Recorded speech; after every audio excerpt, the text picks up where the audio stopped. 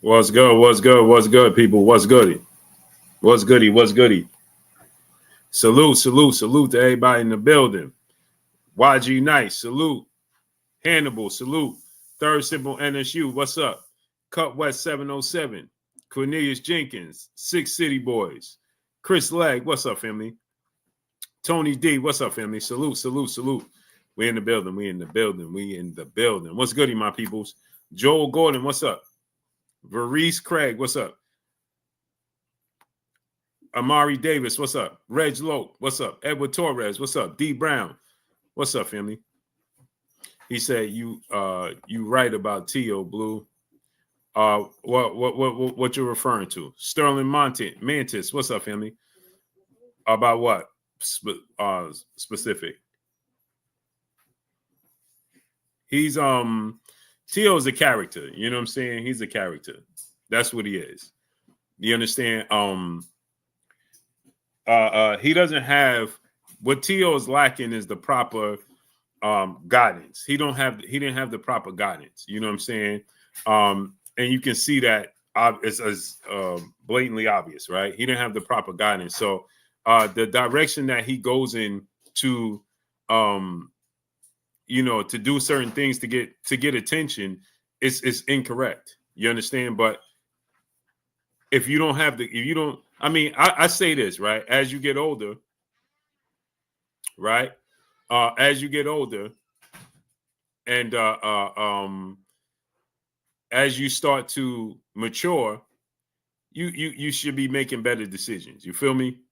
Teofimo Lopez, the GOATs, what's up? Young Dog, Deuce, what's up, family? Teo and Dev still on.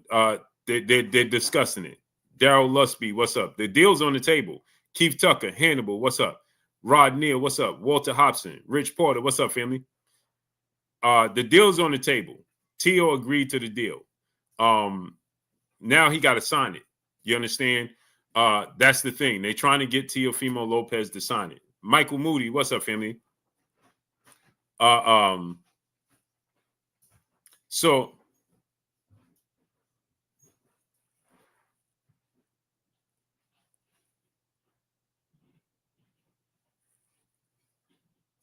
So the thing is, Teo is in a situation where Crypto Chris, what's up? He don't want the Devin Haney fight.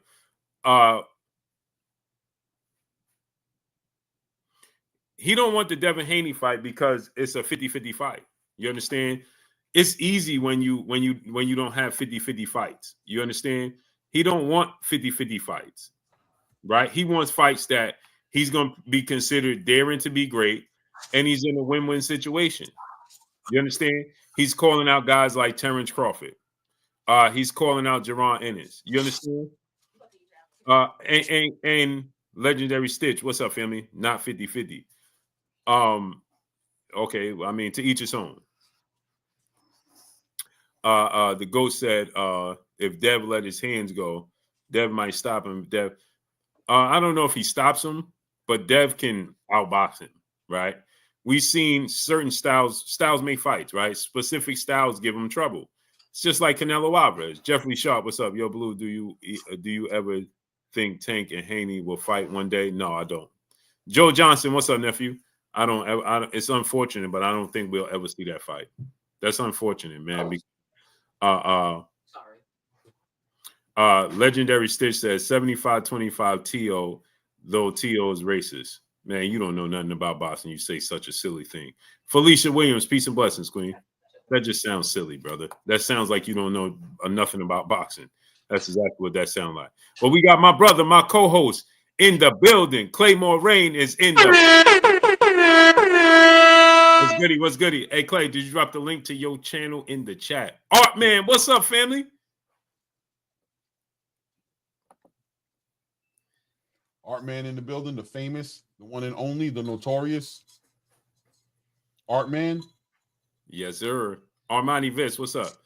Legendary Stitch said, what you want to bet? Hey, they make the fight. I got $1,000. Cut Creator 1, what's up? What you talking about? It's not 50-50. What's the bet about? LD Giles Jr., what's up? He said that The fight is 75-25. Bro, you just don't know boxing. Teofimo and Tank. I mean Teofimo and Devin. And Devin. Yeah. That is 75% Teo. Yeah. Come on, bro. I mean, the Devin Haney hate is just that's hating, bro. That's hating. That don't even sound, bro. That just sounds silly.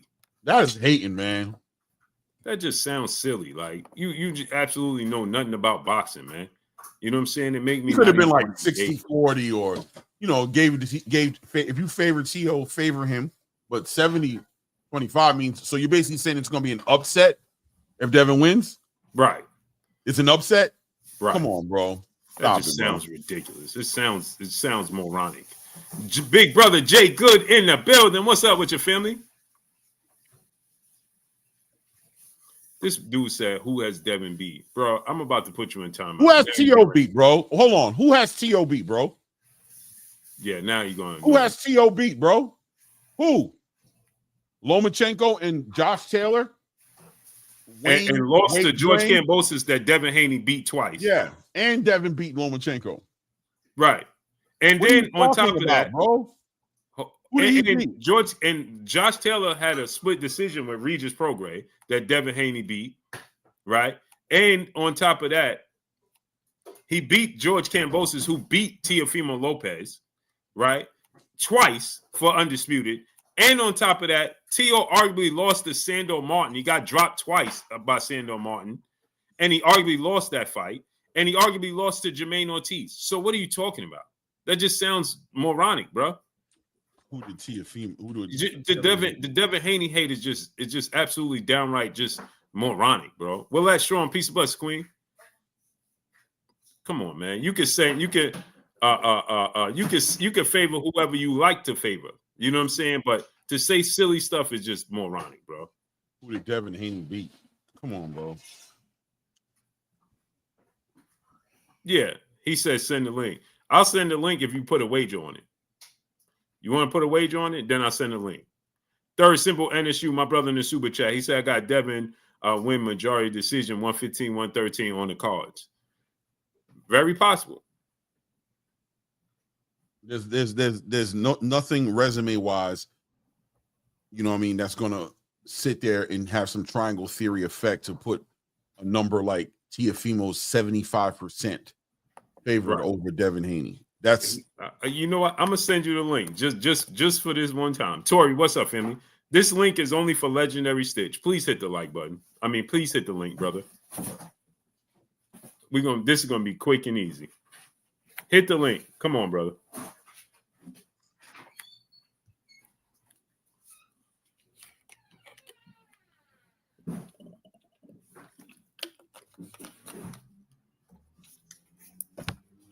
It's a great fight. Geo James Khalil 98. What's up? Hover 575. What's up, family? It's a great fight, man. It's a great fight for both guys. Fred Mayer, what's up, brother? Hit the link, man. Hit the link and turn your camera on. Come on, let's do it. You got a point to make. Go ahead, make a point. Crypto Chris, what's up? Send the link so old boy can get stopped. The link, he got the link. Mark Price, what's up, family? You got the link, brother. Boxing, please. What's up, family? It's okay to say that you favor Teo to win the fight. Cool. No, I got no problem with that. 75-25. Come on, bro. Yo, what's up, man? What's good, great brother? What up, Legendary? Hey, I appreciate you for letting me come on and let me say what I had to say, man. No cap. But I just feel like Devin and Shakur, but mainly Devin, because I feel like Shakur can have it brought out of him versus a certain fighter, and he has tried versus certain fighters, but I just feel like Devin, he don't have that dog in him. I don't see it. I see he pick certain fighters, pick on certain fighters, and yes, Teo is a great fighter for him to face, but who has Devin fought his age? Everybody Devin has fought, yes, they're champions, but what have they done after they fought Devin? Nothing. Teofimo Lopez, he's a good fighter. He's a really good fighter, talented, but he has mental problems. Devin is soft. He's not going to be able to get into T.O.'s mental. So that's what's going to fuck up Devin. I'm sorry for cursing on your platform, but I thought it was going to be better than Devin try to play mental games. Bill Haney try to play mental games. If they can't do that, they just go and yap, and get their ass kicked. That's what I think. All right, so let me ask you a question. Did Jermaine Ortiz play mental games on him? No, but Jermaine Ortiz is better than Devin Haney. Devin Haney has a bigger name. It's a difference from having a bigger name and all that stuff. I don't care about none of that stuff. I like to see what I see. What I see with my eyes. I got to stop you right there. What I see with my eyes is everything. Okay, I got to stop you right there, right? Well, you started this off by saying who did Devin beat, right? Devin hung in there, but he really didn't beat nobody. No, but you start this off by saying who did Devin beat to put him in there with Teal, right? Loma. You got Loma, but he got his ass kicked. No. Well, I'm saying you said who did Devin beat to put him on the same platform and level as Teal? Diaz? Right? No, bro. You're not answering the question. Listen to me, bro. Okay, I'm listening, sir. You said who did Devin beat to put him on the level of Teal? That's what you said, right? Yes, sir. Who did Jermaine Ortiz beat that you could say that he's better than Devin Haney? I didn't. Okay, I can't say that, but one thing I can say, what I just said is, nothing. You just said Jermaine Ortiz. You just said eye test. You just said Jermaine Ortiz is better than Devin Haney. Yes, off the eye test. What eye test? What eye test? Based off of what? What did you see from Jermaine Ortiz? For one, Jermaine Ortiz doesn't have the option to cherry pick and pick out fighters. He has to fight whoever. Okay, whoever they give him. I'm glad you said that. He has to fight. I'm glad you said that. So who did Jermaine Ortiz fight that you picking Jermaine to beat Devin Haney? I'm not gonna lie. I don't really just like watch Jermaine Ortiz like every single fighter fight. But wait a minute. Hey, bro, I gotta stop you, bro. I'm saying at least give the fight. You're not even. Hold on. Let me stop you, bro. I knew it was bad from the get go, but I swear. Bro, you're not even familiar with Jermaine Ortiz, but yet you saying he better than Devin Haney? I'm not familiar with Jermaine Ortiz because I don't know his full resume. So how can you say he's better than Devin? So what fight did you see? But when I see him, when I watch him fight, I see skill, I see all that stuff. And when I see him train with Bill so let me Haney, ask you a question. When I see him watch Bill Haney, that messed him up. Okay, let me ask you a question. Jorge Linares is going into the Hall of Fame. Regis Prograis is a world champion that only lost to Josh Taylor. Did you not see a skillful fighter against both of them with Devin Haney? I have a question. No, I answer the question, brother. Did you not see Devin Haney skill set against There's Regis? There's a lot of people who can beat the shit out of Regis. Abdullah Mason stop, It's people who can beat the shit. It don't matter, man. It don't matter. My guy, you get the belt in position. My guy, please stop, bro. Stop. Just say you don't like Devin Haney because this is sounding silly now, bro. I thought it was gonna be better than this. I really thought. I like everybody. I like every single fighter. Bro, okay, but are you new to boxing? I don't pick sides and nothing. I don't pick sides with nothing. Okay, are you new to boxing? No.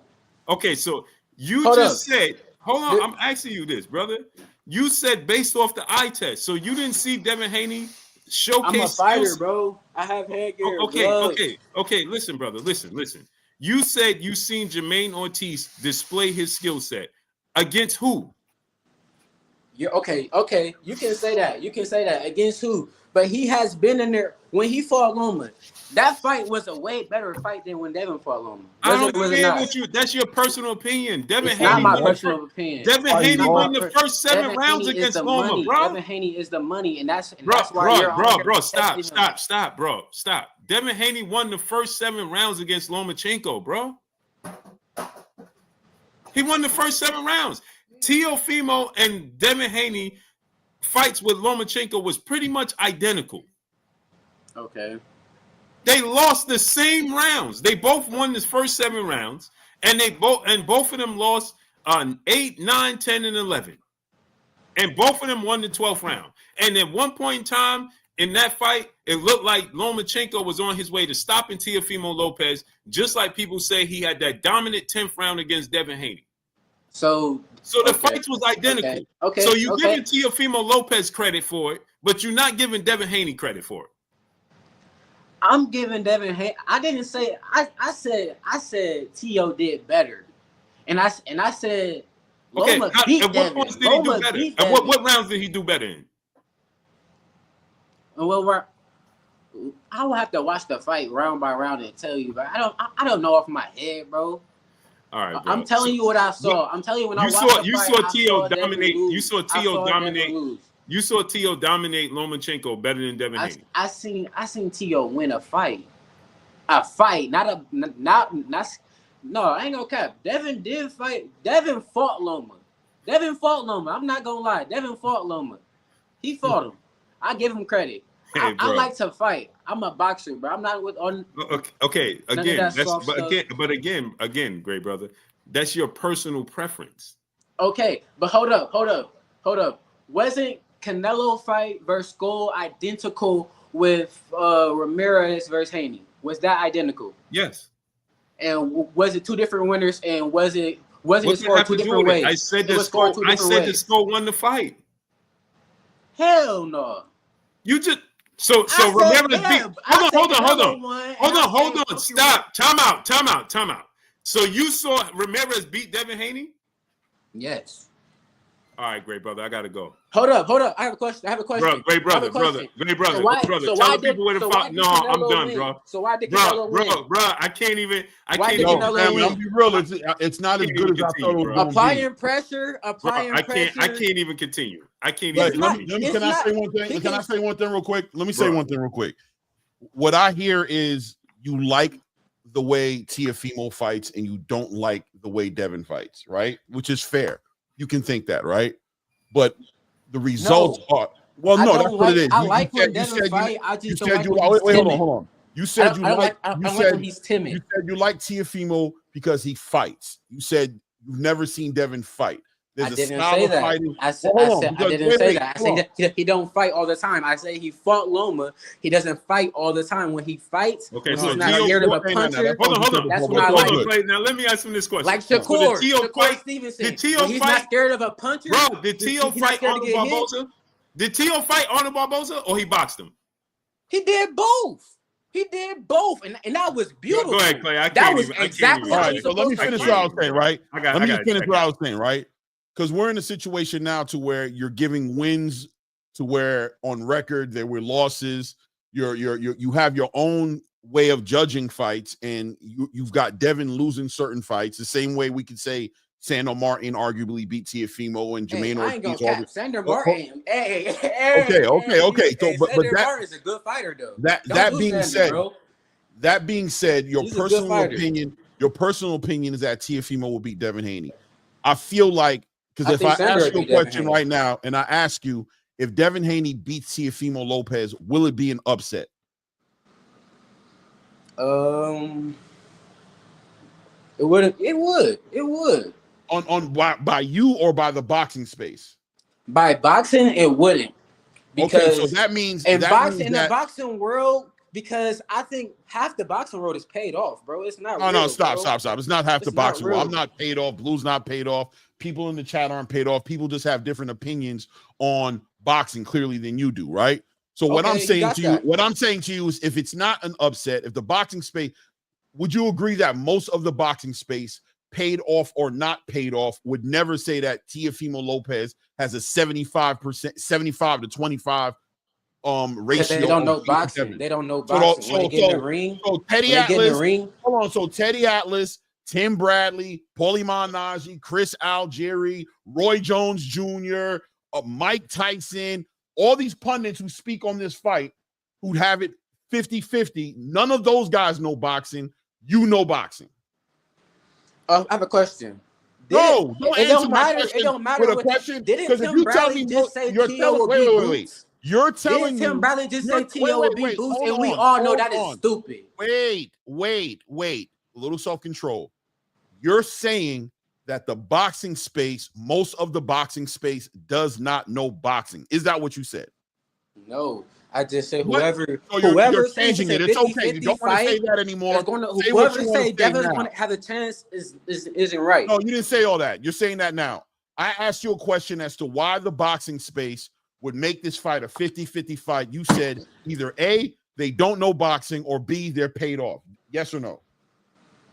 Devin, are we judged Wait, off yes or no? Is that what you said? Yes, that's what I said. But aren't we Okay, judged thank off, you. All right, off hold what on. we So saw when you last? say Aren't that, we judged, so aren't we wait. judged off what So we when saw you say last his last performance? So His when last you two say performances. that, when you say, Performances. brother, I can Stitch, judge him off of, and I can when say you that say he'll get his that butt they whooped. don't know boxing and that they're being paid off, you're talking about the leading credible pundits in the space, right? You're talking about the Dan Rafaels, the Mike Tysons. You're talking about the Chris Algieri's, the Paul Monazis, the Tim Bradleys. You're talking about all the pundits in the space. You're saying a majority of them don't know boxing. Yes or no? Black excellence. I love y'all, brothers. I'm not saying that, man. I'm just saying that everybody has their own opinion. I know I'm going to be right, no matter your opinion or not.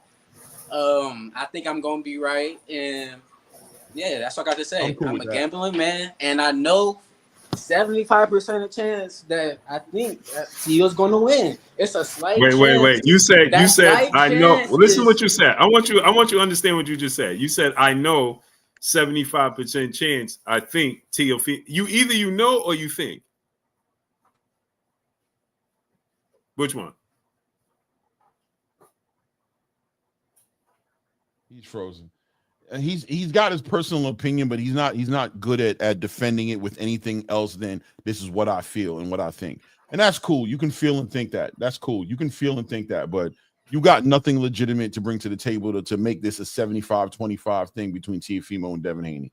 There's nothing you can bring to the table. You brought up Teofimo winning fights and Devin Haney losing fights he didn't win. You're bringing up all types of personal things that have nothing to do with the facts. Nothing on paper you're providing is going to back up an argument to say that Teofimo is a 75% chance to win over Devin Haney.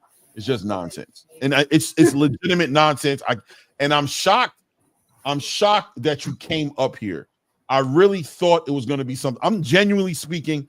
I literally thought it was going to be something else, Blue. I thought this guy, because I've had plenty of people who want to compare Teofimo's resume and like HLD. My guy HLD will sit up here and put up an argument, and he'll bring up facts and he'll bring up certain things. I won't agree with it, but it'll be an argument.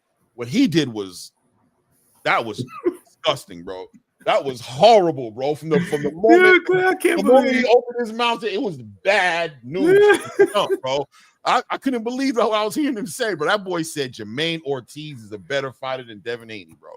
Come on, bro. But then Clay said he ain't even watched Jermaine Ortiz, bro. He was bad from the go. From the go. You don't even watch Jermaine Ortiz yet. You say one of the worst. Than Devin Haney. That was one of the worst people I've ever seen come up and argue for a fighter I've ever seen on Ohio. I'm being honest. I'm not. Salute to that guy. That was one of the worst arguments ever. It was like not even worth it. It was horrible. It was bad. It was bad. Brother, if you watching this, respectfully, King, I know you feel it in your heart. It was all the way bad. Watch it back, King. Yeah. Watch it back. Yo, you can't make this stuff up, bro. Play that shit when you play that thing. Play that video when you get a chance, King. Play it back, bro. Then call back up tomorrow and apologize. Nah, my peoples. Yo, if y'all could only me looking at Clay's reaction while I'm talking to him. I couldn't believe it. I was in disbelief. disbelief. I'm serious. I couldn't believe it. It was that bad. That's comedy. He has to know this. Don't let nobody lie to you, King. Watch that playback. I promise you. Yo, Clay, your facial expressions and energy while he's talking is priceless, bro. You was just like, I couldn't believe it. I thought he was gonna come up here and be like, "Yo, Teofimo." When I don't know what he was gonna say, to be honest with you, but I was ready to hear like an argument. It was bad. He said, I got a point to make. I thought he was ready. Send the link. If you don't like Devin Haney, just say it, bro. I don't like Devin Haney. That just sounds ridiculous, bro. Yeah, salute to TD Media Group, brother, in the super chat, dropping that cinco on us in the super chat. He said, "All right, great brother, I gotta go." Yeah, bro. When he said that, it's just diabolical. That's just diabolical. Cortez Bowles, what's up, family? What's going on? What's going on? What's going on, man? Hey, man. Sometimes, can you hear me? Am I clear? Yes, sir. Yes, sir. Okay. Sometimes, man, you got to stop preaching to the cemetery, man. Some people just be dead. You know what I'm saying? And he just was like a zombie on. It's like y'all was trying to train a zombie to function on a regular basis. You know what I'm saying? And it's like he didn't see the Sandor Martin fight. A dude with one hand jabbed him to death. How he think the Devin Haney fight gonna look? You know what I'm saying? Sandor Martin? Come on, man. That fight the dude looked like he just had one hand. He didn't have no power at all. And he just beat you. And then at the end of the fight, and dropped correct me if I'm wrong. Correct me if I'm wrong. He should have lost that fight. And he said, "Do I still got it? Do I still got it?" Like, dude, he questioning himself. And then they keep on acting like he had an opportunity to, if I'm right, he had an opportunity to go for undisputed, but he was okay with the imaginary belt. He was on imaginary Santa Claus time and thought he was the undisputed champion when you could have went the right route and you could have got this out the way a long time ago. I guess the guy that was just on there before, he didn't know that Teo and the WBC was all in collusion together once upon a time to blackball Devin. It was Teo that spilled the beans and said, "Well, you know what I was going to do with it? You didn't even get an opportunity to do nothing with it because you went and lost to Cambozo." So it's just like, come on, man. I see it's kind of hard. It's really kind of hard to judge Teo because he fights to the talent of who's in front of him. You know what I'm saying? So it's kind of hard to be able to judge. I think it could be potentially a dangerous fight for Devin, but I think he comes out on top. And I think that he comes out on top now even more because he went through what he went through already with Ryan. He already knows it can happen. It can happen. So he's going to be a little bit more cautious and he's going to go ahead on and do things his way instead of trying to please the crowd. I'm not here to please the crowd because if I please the crowd ain't going to be around if I got to take punishment and I can't talk. And I'm like James Toney or Riddick Bowe later on down the line. I got to protect me and my brand. I want to be able to be older and be able to talk to my children and have them understand me the first time I say it. You know what I'm saying? I don't want to have the neural psychological flashes that Rocky had in the movie. Them psychological flashes and stuff that he had in the movie, those come from real instances of real boxers. Where do they think they get the ideas from the movie from? They get the ideas from the movies from real time boxing. So it's just like a lot of people be having, they look at boxing and they look at and they watch boxing, but they don't examine it to understand the product of what is right there before them.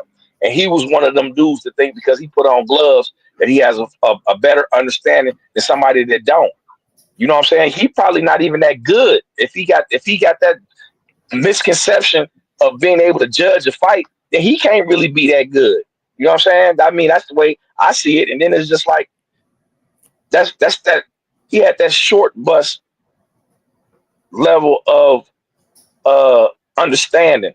You know, God give everybody a different portion of understanding the way he give you different height and weight and different gifts. Some people slice a pie for understanding it just be that little bitty little test or sample. You know what I'm saying? And some people, when they talk, they expose themselves, and he basically exposed himself. And that's why I was like, you know what? Sometimes when you're talking to people, it's like you talking and preaching to the cemetery. You're not gonna be able to reach them; they dead already, you know.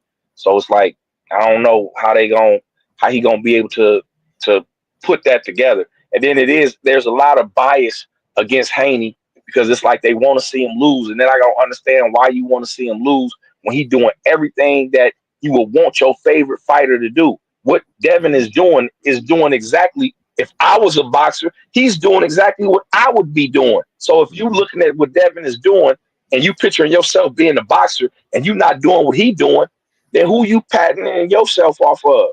That's a big question mark for me. Like, whose career do you see that's moving in the manner that you would move if it was you? And you supposed to be a dog. Show me and prove to me that you a dog. Devin done went and barked up in everybody's yard for a fight and wasn't able to get the fight because of this, that, and the third, this, that, and the third. I don't see nobody, man. Devin like a Jehovah's Witness, man. He going door to door for this. And I don't see nobody else going door to door trying to recruit and try to make these fights. They all playing these little safe little routes. Come on, man. We all know T.O. don't want that fight with Boots. Come on, man. We know he don't want that. How you gonna sit there and say that you want this fight that you know that this man ain't gonna give you? You understand T.O. understands that this man don't want to fight him, but he knows that it's people like the guy that just got off that's gonna believe what he's saying in the front, and the stunting that he doing is real. You fronting. If Boots would have been like, okay, yeah, let's get it. T.O. not gonna even. It's gonna be some type of injury. It's gonna be something that's gonna happen where that fight ain't gonna even happen. Why? Because T.O. don't even want that type of ass whooping like that. Like, that's flat out. He don't want that type of ass whooping like that. He don't. T.O. ain't never been in a ring with somebody that mimic and can move just the same way he moved. You always in fights with dudes that got that your foot speed and your hand speed and your athletic ability is all the way significantly better than theirs. But now when you get into the ring with somebody you've already tried to stay away from Devin because his physical attributes mirrors or betters yours. So now you want to go do that over there where his is faster and stronger. Come on, you out doing that. He clout chasing. And then you sitting up here with Devin right here in your face, and I don't know what the updates is as of now. Is the fight still on? Yeah, so now he I guess he apologized to Turki. We're gonna get to that, but they both sides agreed to August 16th, but only Devin is ready to sign. T.O. hasn't signed. And then it's another thing, man. All these grown men that's always needing to apologize or apologizing for stuff. Once you get grown, man, you apology is gonna be given where you wrong at. You know what I'm saying? But after you get a certain age, till you die, you ain't supposed to be rendering and passing out all them damn apologies because you're supposed to know how to conduct yourself and act throughout to the end of time. Why is these dudes having all of these discrepancies where they got to apologize all the time? Like they don't got the life manual right. Because they don't got the and I gotta get to the next one, Cortez, but yeah, it's because they don't have the right person directing them, man. We see who's in charge, and I always say this: once you get to a certain age, there's no excuse, right? You make your own decisions. Now it's a choice, right? And so, but he's making incorrect choices, right? And he got to keep doubling back. Oh, I shouldn't have did that. You know what I'm saying? He got to keep going back with it. He got to do it. He's going through life with a pencil. When real men go through life with a pen, because you understand what I'm saying? Like he's going through life with a pencil. You know what I'm saying? And that pencil can crack. You know what I mean? I got. Go ahead, I'm on my break and I'm getting ready to get back to driving again. Okay. Abdullah Mason, it's too early for him to get into the ring with Keyshawn. Keyshawn got a little bit too much season, and I don't think that those punches that landed from that other guy, if that's Keyshawn, I think the businessman sealed the deal. I think he should get him a couple more tough fights against some more journeymen to give him some more experience. Because if you defensively irresponsible against Keyshawn, he gonna make you pay for it, and it'll derail his career. I think his team should advise him to stay away from that fight for a while and let that build and let him properly acclimate and get his experience and his skill wise, whatever that was that they need to go work on by putting that phone back on his ear. Because in his exchanges with the old guy, I forgot his name. The dude, a knockout artist though, so that let me know that he got a chin. Because the dude that dropped him twice is a knockout artist. So the young boy got a chin, but I think that Keyshawn is a better finisher. Once he smelled that kind of blood in the water, it'll be over with for him. So it would be in the best interest of Abdullah Mason's team to keep him away from that fight until the opportunity is would be a little bit more better. I think they would even have to wait for that fight at like maybe 140 or something, like a few years down the line. You know what I'm saying? Because like right now, I just don't think that's not it's just not no good idea. I'm a fan of Abdullah Mason and I want to see him succeed. So I would want him to go ahead on and stay away from that right there. Yeah, I agree. I agree with you, great brother. I was looking last night.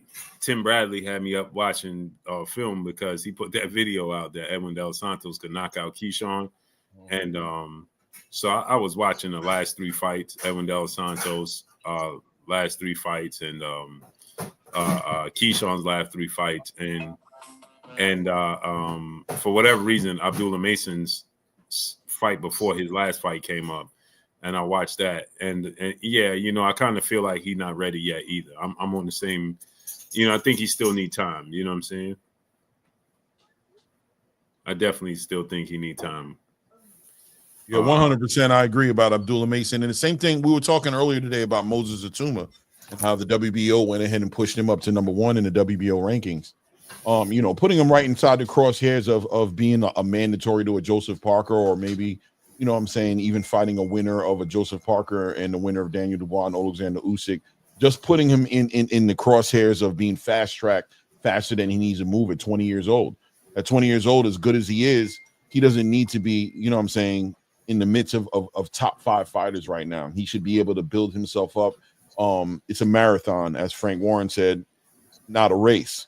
Same thing with Abdullah Mason. He's been doing great things last year. Fought 6 fights on the calendar year. You know what I'm saying? 7 fights on, you know what I mean, on a year, like month to month basis, 7 fights active. But you kind of saw it coming that they were going to fast track him. But, you know, putting him in there with a Keyshawn Davis or across from a Shakur Stevenson or Javante Tank Davis or any of these fighters is business. It's politics, and it's the business of Top Rank at that point, in my opinion, more than what's best for Abdullah Mason. I don't think he needs it seems very Fernando Vargas like. Yeah, exactly. You know what I mean? Like, you don't need to do that. That's exciting boxing. He's a great dance partner. I get it. I see what you guys see as far as must-see boxing on TV and people willing to pay for it and asses in seats and all those intangibles that promoters look to get to. And I don't think there's no coincidence at all that it's coming towards the end of Top Rank's deal with ESPN, and that they're shopping, and, you know, who knows what they're doing right now and what kind of build back process. Top Rank's basically about to be in the same shoes that the PBC was in when they first went with Amazon, right? We don't know what their future is going to be after ESPN. I'm hearing rumors of HBO, I'm hearing DAZN, I'm hearing Amazon deals, I'm hearing they're going to be on all the platforms at one time. So they're trying to build up the stable right now. Abdullah Mason has the bag behind him right now as well, as an ambassador to Ring Magazine right now. So Top Rank has a lot to gain in putting Abdullah Mason in the biggest fights they can put out there. You saw they offered Floyd Schofield Jr. $1 million to fight him, right? I'm sure Abdullah Mason hasn't made $200,000 yet in his boxing career. That was a lot. That was a lot of money. They're trying to tap into that Ring Magazine fund. They're trying to exploit the sponsor. You know what I mean? It's like Blue Blood is paying, like Blue Blood is paying for me to move around, right? And there's a lot of money in dealing with me, and all of a sudden the big dudes is coming out of nowhere because they know Blue's putting up the bag. Whereas before I was a regular dude, you could get a regular little bag from me. But now that the bag is there, Top Rank wants to take advantage of that. And I bet you're going to see that with other fighters like Shushu Carrington, Keyshawn Davis. You're going to start seeing them trying to push them into the big fights. But Abdullah, I think, could hang back a little bit. I don't think he needs to jump forward and get involved in those big. But I mean, he will take the fights, though. Let's be honest. If they put Keyshawn in front of Abdullah right now, him, his father, and his team are going to take that fight. They're going to take it. Sure. Blue, that piece that you put out last night was brilliant when you said that when you gave out all the resumes of all the boxers, and that right there, I could feel the passion in your tone. That was a message that's supposed to be a beacon and a signal for everybody to be able to see. clear as day how they have assassination wishes for our black dominance in the sport and stuff. You know what I'm saying? And it's like, yo, that was brilliant. Like that was a masterpiece sketch that you put together like that right there, man. And man, I hope that you keep that fire. I hope that you keep that fire that fire lit, because that's usual. That's not usual. That's not usually your That's usually more Drew Titan type fire. But I think that fire need to be spread amongst all of the people that have channels and stuff, because we can't keep on sitting back acting like that it's not there. We can't keep on ignoring what it is versus what it ain't, because I'm being a lot of little chats and stuff on Facebook and stuff, you know what I'm saying? And it's like these people is real ignorant to it. It's like, how could you be so ignorant to what the truth is? And it's like right there in your face. You know what I'm saying? And yeah, a lot of times, agree, bro. I you know what it is, Cortez? I'm be honest, man. Like I try to give it a pass for as far as, you know, supporting the sport, but I mean it's in our face, bro. At some point in time, we got to get tired. You know what I'm saying? And I'm tired of it, bro. So yeah, from here moving forward, bro, I will be, you know, I'm tired, man. I got friends on all sides, but I'm tired, bro. So I don't even care. Like it got to be said. Like, you know, it's just you gotta smash the gas on that, man. Smash the gas on that.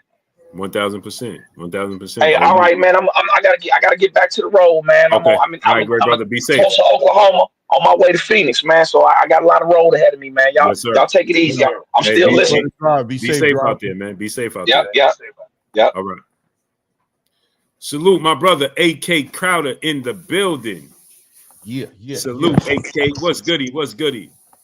Peace and blessings to the queen, Mama Cena Hilton. Peace and blessings, queen. She said, I'm new here, so hopefully I get noticed. I see this channel is popping. Okay, fellas. Blessings to you, queen. Yes, sir. We acknowledge everybody.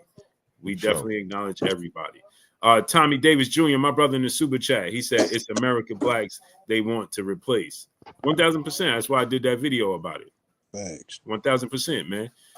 When you combine the records and the resumes, not to change the subject, but when you combine the record and the resumes, right? We go back to the last 4 guys that was the face of the sport of boxing, the best fighter in boxing, right? Now what they're doing is they're trying to minimize how much popularity that fighter is receiving, right? When you say that, you know, oh, this fighter ain't he ain't the cash cow. We are always 1 or 2 as cash cows, always. Mm-hmm. Okay, now this right now you can currently say, well, Canelo Alvarez is the cash cow. Okay, well, right behind him is Tank, and Errol Spence was doing massive numbers as well. Okay, and you combine the record and the resume of these fighters. We combine it. Andre Ward, 32 wins, no losses, no draw. Floyd Mayweather, 50 wins, no losses, no draw. Right? Terrence Crawford, 41 wins, no losses, no draw. We combined their records, the last 3 eras. They ain't lose. Our best fighters in each era ain't lose. They ain't losing. When Floyd Mayweather passed the baton to Andre Ward, he ain't never lost. When Andre Ward passed the baton to Terrence Crawford, he never lost. Mm-hmm. Yeah. So they find ways to minimize and to downplay us by saying, "Oh, he's boring. He's a runner." Mm-hmm. And then you look at right now, Tank undefeated, and his one blemish, that draw, is to another African American fighter. Right? It got to the point with Tank where people start saying, "I'm tired of seeing him fight Mexican fighters." It got to that point. We need to see him fight a black fighter that can move and athletic. Tank is undefeated. Shakur, undefeated. Devin Haney, undefeated. Mm-hmm. Jerron Ennis, undefeated. And what I'm naming is not just because, yeah, you can name other fighters in other races, but are they world champions? Are they accomplished? That's where it gets the water gets muddy, right? Shakur Stevenson, Keyshawn Davis. The list goes on, and here's the thing. Here's the thing, right? The baton keeps getting passed, and they need to clip that. Yeah. So in order to do that, they doing things out the ordinary. Putting Alexander Usyk in the pound for pound list. Heavyweight, the pound for pound list was created in spite of the heavyweight division. Right. For guys like Sugar Ray Robinson, because obviously the heavyweights can beat. You can't. Terrence Crawford can't beat Alexander Usyk or Tyson Fury, right? Sugar Ray Robinson wasn't going to beat Muhammad Ali and George Foreman, right? So these or Sonny Liston or Jack Johnson, right? He's not going to do it. Or Joe Louis, right? So this list was created in spite of the heavyweight division. That's why we say that old narrative: as the heavyweight division goes, so go the sport of boxing. But even in the heavyweight division, we dominate every era. Mm-hmm. So now, in order to try to angle it, to put other people in these positions, now they putting heavyweights in there. Inoue. How's Inoue ahead of Terrence Crawford on anybody's pound for pound list when he did everything that Terrence Crawford did, everything he did before him? Facts. And for better opposition. Mm-hmm. Terrence Crawford, people could say, well, okay, give me three dudes on the level outside of Nonito Donaire that was as accomplished or close to him. Next close person is Steve Fulton, probably, on Inoue's record. Terrence Crawford beat Hall of Famer. Sean Porter's going to the Hall of Fame. He's the first person to stop Sean Porter. He dominated Errol Spence in what was supposed to be the toughest fight of his career. He dominated Victor Postal when he was supposed to be the boogeyman as a unit in the unification and dropped him twice. Mm-hmm. He dominated Yuriorkis Gamboa, and people try to say, well, Gamboa was small. They just try to bypass the fact that Terrence Crawford was fighting at 135 pounds. It wasn't like he was a 147-pounder fighting a 30-pounder. He also beat Horn that beat Pacquiao. And check this out. But now they'll tell you, well, Terrence Crawford beat a little Gamboa. Gamboa was top 7 pound-for-pound best fighters in the world. So if that don't count for Terrence Crawford to beat Gamboa, then how the hell are we talking about Jerron Ennis fighting Teofimo Lopez? If it don't count. Because he's a smaller guy. Well, Gamboa was fighting at 122 and 126 pounds. But he was top 7 pound for pound. 100%. And undefeated when Terrence Crawford beat him. So who is Inoue beat like that? Even our great Nonito Donaire was older. We didn't even think he had. Let's be real. And I love Nonito Donaire. But how many people actually thought he still had that left in him to put that type of performance against Inoue? And he almost knocked Inoue out. Mm-hmm. Broke his jaw. Broke his jaw. Didn't he break his orbital bone, if I'm not mistaken? I know he broke his jaw, but didn't he break his eye socket or something? Yeah, he put fractures in that boy's face. Put him down. Yes, he did. So imagine if Tank fought an older version. Let's say Tank fought Lomachenko and Lomachenko break Tank's jaw in his eye. Ain't nobody that's gonna knock him down on the list, ain't it? On everybody's list, Tank gonna fall. Even Tank win the fight, he gonna drop on the list, but he struggled. But we putting Inoue above Terrence Crawford. When Terrence Crawford became an undisputed 4 major sanction belt, he was the first guy to do it at 135. I mean, at 140. Mm-hmm. And the last time we had a 4 major sanction belt was Bernard Hopkins so many years ago. Jermaine Taylor and Bernard Hopkins. So he did it before Inoue. He became a 2-division undisputed champion before Inoue. He became a 4-division champion before Inoue. How in the hell is Inoue on a number ahead of him on anybody's list? Based off of what? Because we can't say excitement, because Terrence Crawford has knocked out a 11 of his last 13 opponents, including Hall of Famers. Errol Spence is going to the Hall of Fame. Sean Porter is going to the Hall of Fame.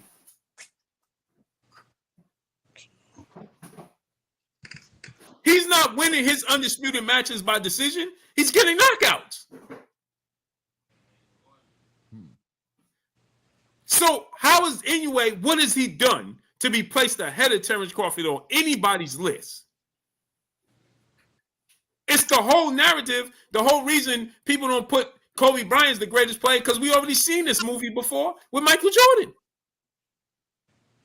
So how could you come behind me and do the same thing I did already? And people say, and I'm doing it, and it ain't like I'm just boxing my way defensively through it and boring fights. I'm knocking people out too. I'm the first person to drop Errol Spence and stop him. I'm the first person to drop Sean Porter and stop him. I'm the first person to knock out Yuriorkis Gamboa and stop him. That don't count for nothing? Like, we got to start making sense of this.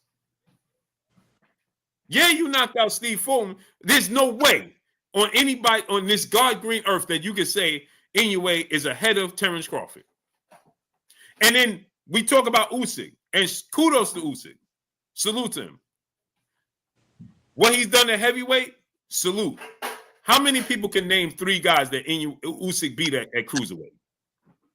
That's these dominating fighters that we like, man, he beat this fight, that. You can't. We talk about the heavyweight division. Yeah, he beat Tyson Fury. He beat Joshua, right? He beat Daniel Dubois. That's impressive. But he did it as a heavyweight now. Now you have, by default, disqualify yourself from the pound-for-pound list. But they're trying to put anybody ahead of Terrence Crawford. And this is why I keep telling people, man. This is why I got frustrated with it. These you got Boxing News 24, these websites supposed to be credible websites, continuously bashing Terrence Crawford every single day. How? How are they allowed to publish this? What about your credibility? Terrence Crawford has lost a speed. He's lost this. He's washed up. How? Where? When? His first fight against Israel Madrimov at 154, he clearly won the fight. 100%. But Canelo ain't washed. Fighting William Skull and couldn't cut the ring off. And that's the thing. They say Crawford is washed, but Crawford ain't sitting up there like, I can't fight this style. I don't want to fight him. He fighting whoever they put in front of him. Canelo want to pick and choose. I don't want his style. Because of styles. Big, this and that. But we've seen him lose. We've seen Canelo lose. And there's losses that should be on his resume that they didn't give him. But I just watched Inoue against a guy. Now, it was exciting, right? We all agree it was very exciting. But how many people knew that dude that dropped Inoue in his last fight? Yeah, Cardenas came out of nowhere. He was out of nowhere. He was doing lifts, right? Or DoorDash. What was he doing? Yeah. I don't know. But when Shakur fight Padley, everybody knows Padley's occupation outside of boxing. Padley beat Mark Chamberlain, though. Not to see him try to his horn, but Mark Chamberlain was a legit up and coming 135-pound fighter. That's what I'm trying to say, Clay. One of Turkey's actual fighters, you know what I mean? Like how Hamza Shiraz. But they'll focus, Clay. Well, he was an electrician. What about this dude? I don't remember. Correct me if I'm wrong, fellas, but last time I checked, he ain't even lay a hand on Shakur in that fight. Nah, he got the big break speed off him. But I just watched Inoue get obliterated. Old boy dropped him, and he had multiple opportunities if he was more skilled and more seasoned to hurt Inoue again. And he gassed out.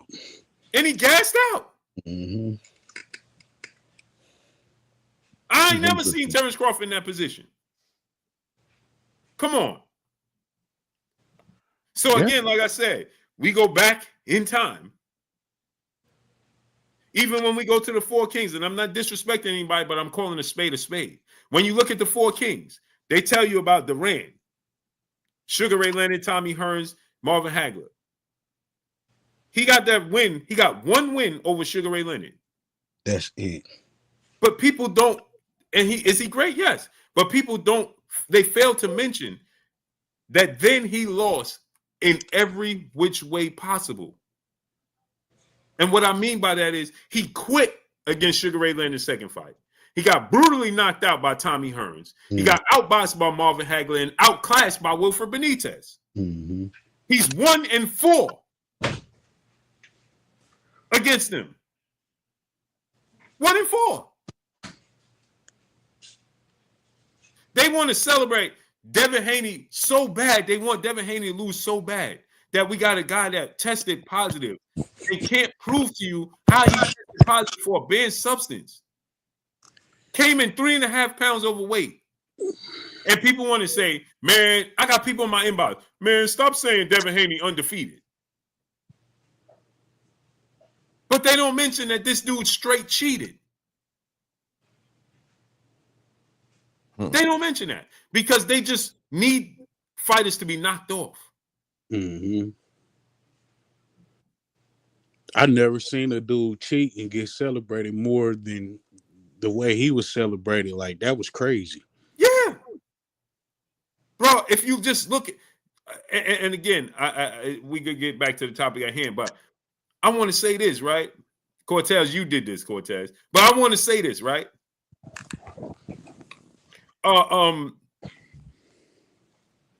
Look at Jamal and Jamel Charlo. Look how accomplished they are. So even though, quote unquote, not the highest of the highs, it's still better than everybody else. Yeah, because one's a 2-division champ, the other one is undisputed. Undisputed. And see, here's the thing, right? And this has to be said because it's a reality. It's not like this exists in the sport of boxing. And we act like it don't exist, but it does. Racism in the sport of boxing, it exists. We don't want to acknowledge it, but it's there. Because everybody else can celebrate their country where they're from, and it's celebrated. If we do it, it's like, oh man, knock it off.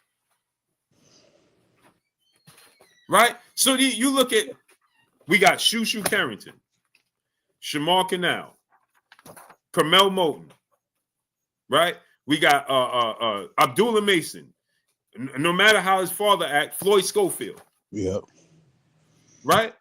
This is just to name a few. It's just to name a handful few. Right? And even if we in other countries, British fighters, they still black. Ben Whitaker. Right? And so here's the thing. They need to cut that cord because the dominance will continue. And they know that. So every time, and again, this has to be said, but because it's so far and few in between, that they get fighters that have so much. We look at the Vargas boys, right? Look how they celebrated.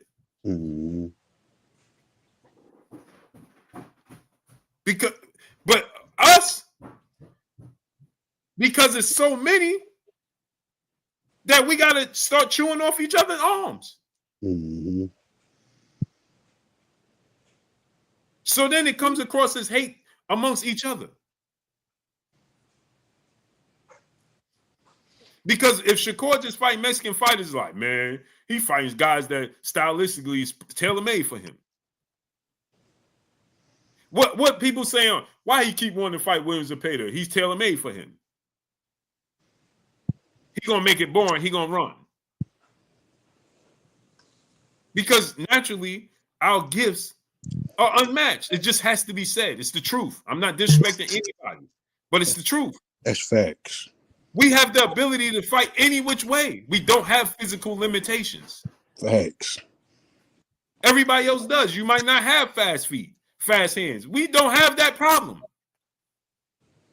It's a mindset and a choice for us. If you want to stay in the pocket, that's a choice. We know Terrence Crawford can fight in any which manner. He could be the aggressor. He could fight on the back foot. He could fight in the pocket. He could fight in mid-range. He could fight on the outside. Same with Keyshawn. Same with Shakur. Same with Devin.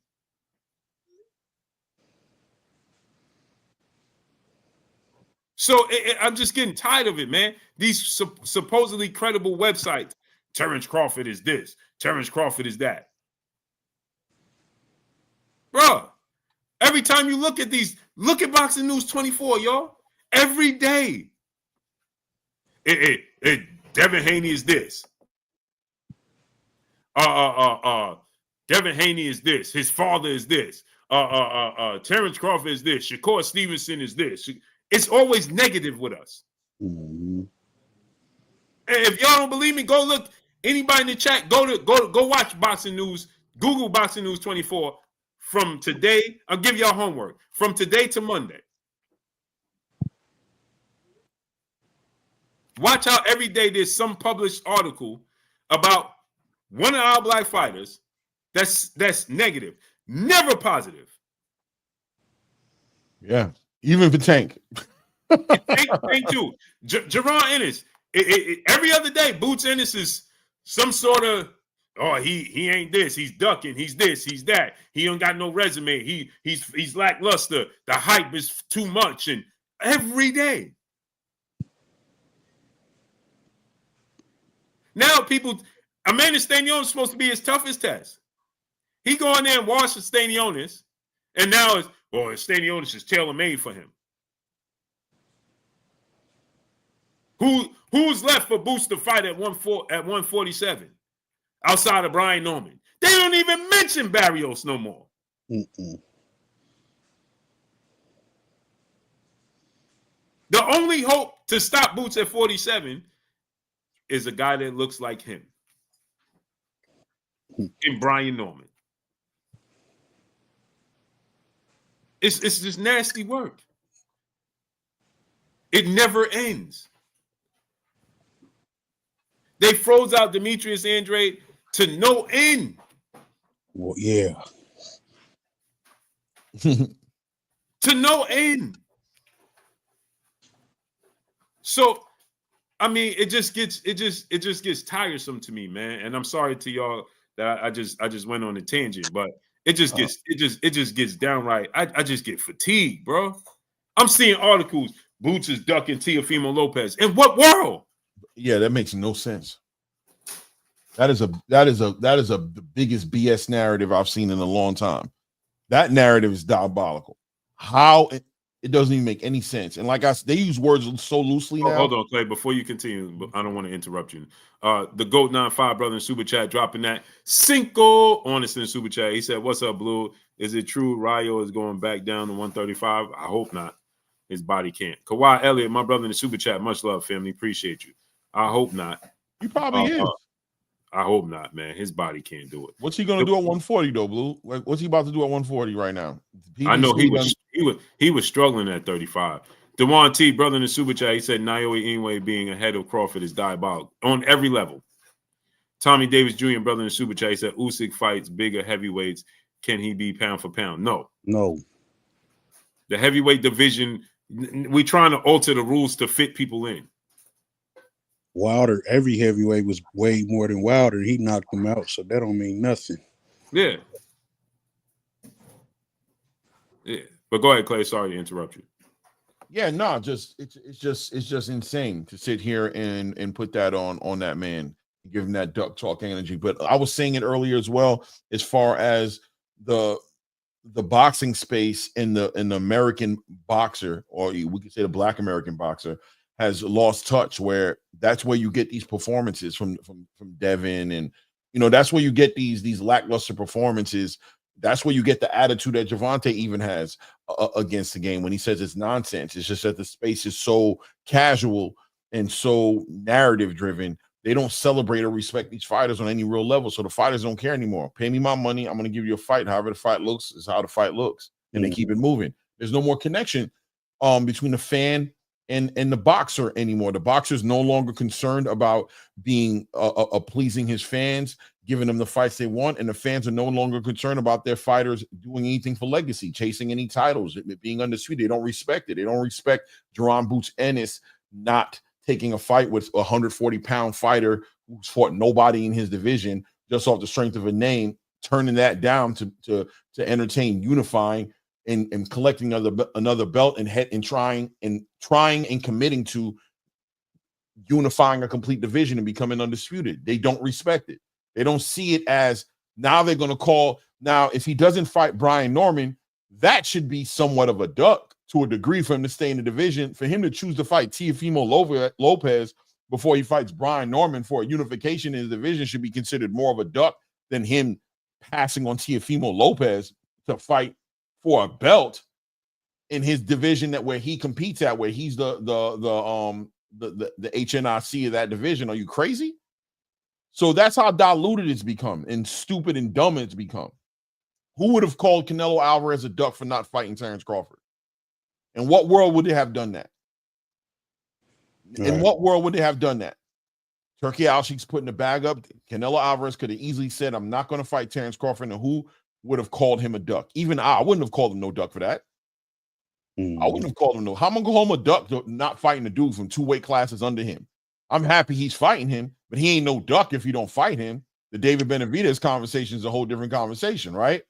So, but they won't do that to these other fighters, but they'll sit there and try to tear down Jaron Ennis and call him a duck because he ain't fight Teofimo Lopez. That's dumb. But the thing is, look how many black fighters Teo done ducked. Haney. He said on mouth, he not fighting Shakur. Like, he done ducked us before. So what's the difference? They don't call him a duck for that, though. I mean, he just sat there and ducked Subriel Matias. Duck Matias. Like, the dude done ducked plenty of black fighters. So, and he don't, like we've been saying, he don't make sense for Boots. Like, Boots got an accomplishment that he's trying to do, and Teo don't fit into what he's trying to do. It don't make sense for him to beat him because, again, all they're gonna do is diminish it. You were supposed to beat him. He's smaller than you. So it's like, damned if I do, damned if I don't. I'm gonna just do what I set out to do, go undisputed, and go on about my business. Turkey is dumb. This Turki Al-Sheikh dude is full of nonsense. But you know what I mean? It is what it is. You know what I mean? The game is backwards, bro. And the boxers are disenchanted. Turkey brings hope for these fighters to get celebrated for accomplishing these accolades and chasing these things down. He brings hope because the boxing space don't respect what should be respected, and they completely celebrate what don't mean shit. Excuse my French. You facts. They celebrate what don't have nothing to do with nothing, bro. They'll sit there and watch Ryan Garcia cheat and run antics up, the worst antics in the world, from child trafficking to sexual assault to all these different things, to using PEDs, and they'll be like, "Yeah, Ryan, yay!" But they'll crap on Devin, right? They'll celebrate Teofimo sitting out there calling black people monkeys and you know what I'm saying, dropping N-bombs randomly and trolling and doing that, and say that's boxing. You guys are soft, man. That's the fight game. We need to take it back to this era in time, right? But they'll throw shots at Jaron Boots Ennis for chasing undisputed, even though Teofimo's sitting in his own division, 140 pounds. He ain't trying to fight Gary. He's not trying to fight Richardson Hitchens. He's not trying to fight. He wasn't trying to fight Devin when Devin was down there holding a belt, and doesn't look like he's trying to fight him now, but he's going to, right? Puelo neither. Puelo the other champ. He ain't calling his name neither. 100%. He ain't interested in making those fights happen. He's trying to go outside of the division and do something great. And they're going to call Boots a duck for fighting that dude who brings nothing. Come on, bro. We all see it. It is what it is. So the fighters are going to do what they got to do. Boots and all these great fighters have to close their ears out and just accomplish things for themselves. And they can't expect with so much support from a boxing space that's so casual. They don't have no idea from their head to their ass. You know what I'm saying? From their mouth, there's no difference. You know what I mean? They don't know the difference. It is what it is. It is what it is. The depreciation started with Floyd because he went out and beat everybody, and they diminished every single fight that man had. Oh, he's ducking. Oh, he's a runner. Oh, he's picking and choosing. Oh, this, that, and the third. So it just became, again, damned if I do, damned if I don't. Y'all don't like us because y'all can't beat us. So any little thing y'all can get or any little advantage y'all get, y'all celebrate it like y'all just won the Super Bowl, when that's not the case. Like, look what this dude Turki Al-Sheikh just said, right? And this is what's wrong with the sport, man. And we can say it as much as we want to, but you guys are so far gone.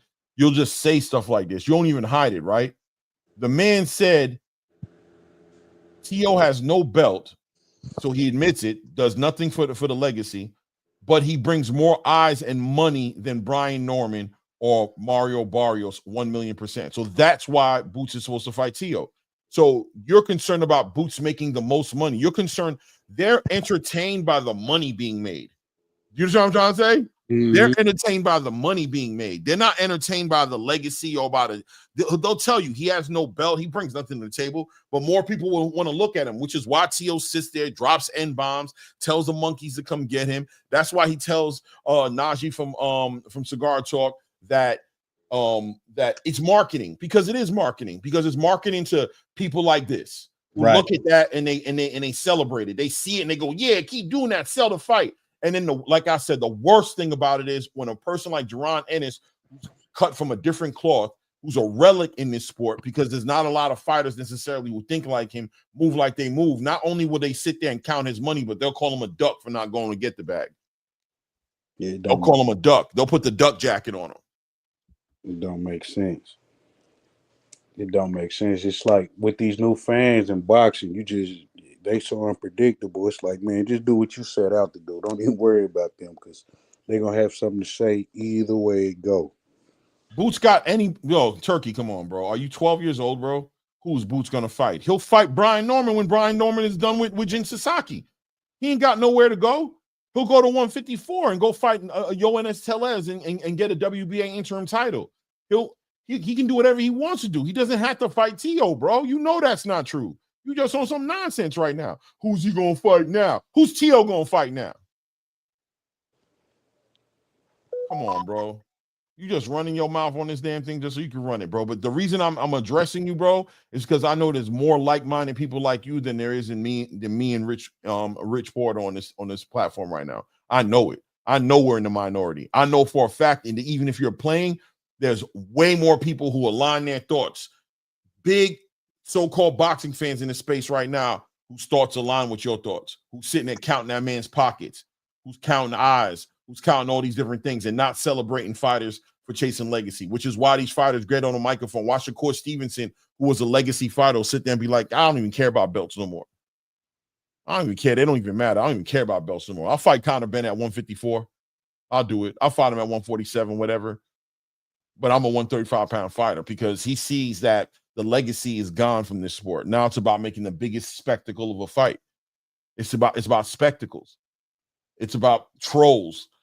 It's about the Jake Pauls of the world, the Teofimo Lopez's of the world, who sit there and say crazy things on the microphone, wild out, cross all types of cultural lines.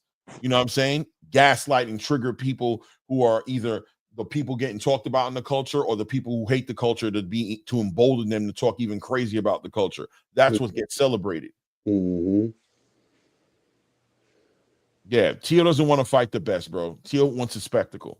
If he wanted to fight the best, he'd unify in his division. He would have fought Haney. He would have fought Haney at 35. He would have fought Shakur. He would have been fought the best if that was the case. It's been guys out there that Tio could have fought with in and around his division at 35 and 40 if he wanted to fight the best. He calling out fights that he know not gonna happen. Bud ain't sucking back down to no 40 to fight him or no 47. And Boots is not trying to fight him right now because he's chasing the belts. So come on, that's not trying to fight the best. That's just trying to get people like you, like he said, marketing. Yeah. That man said talk about. That man said, Brian, he said Teofimo ain't got no belts. Yeah, but Teofimo bring more eyes to the sport and brings, you know what I'm saying, brings more money and brings all these things. And that's the reason why he's supposed to fight him. He said it. Tio has fought the best at 135. Really? What, Lomachenko and Kambosos? Okay. And he fought the best at 140? Now he wants to fight the best at 154? Oh, I thought he wanted to fight at 147. Boy, you are tripping, man. This man done blankly said out his mouth he not fighting. It's casual. but he want to fight the best. So Devin Haney fought Lomachenko. Guys, come on, man. Just stop it, man. It's just nonsense. It's a waste of time, man. It's a waste of time. He said, "Why is Usyk on every relevant pound for pound list? Because it's called an agenda. That's what it's called, an agenda."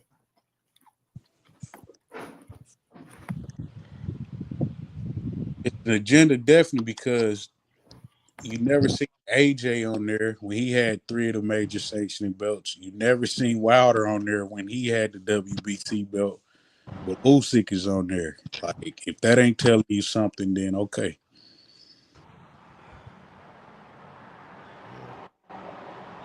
Salute, big dog. What's up, What's Priceless? up, you guys?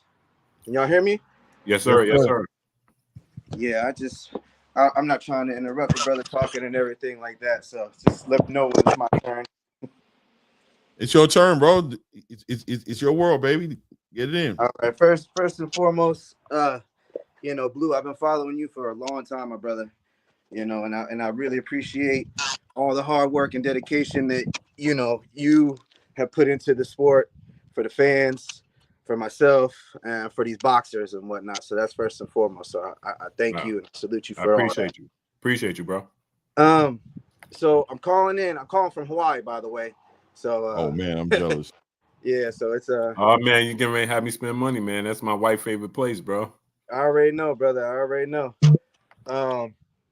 But I'm calling because the topic that we're talking about Jerome Boots Ennis and everything, and Teofimo Lopez with his rants and everything that's been going on lately in the sport of boxing, not just with him, but with Ryan Garcia and a couple other fighters and whatnot. But I want to get to my main point, which is I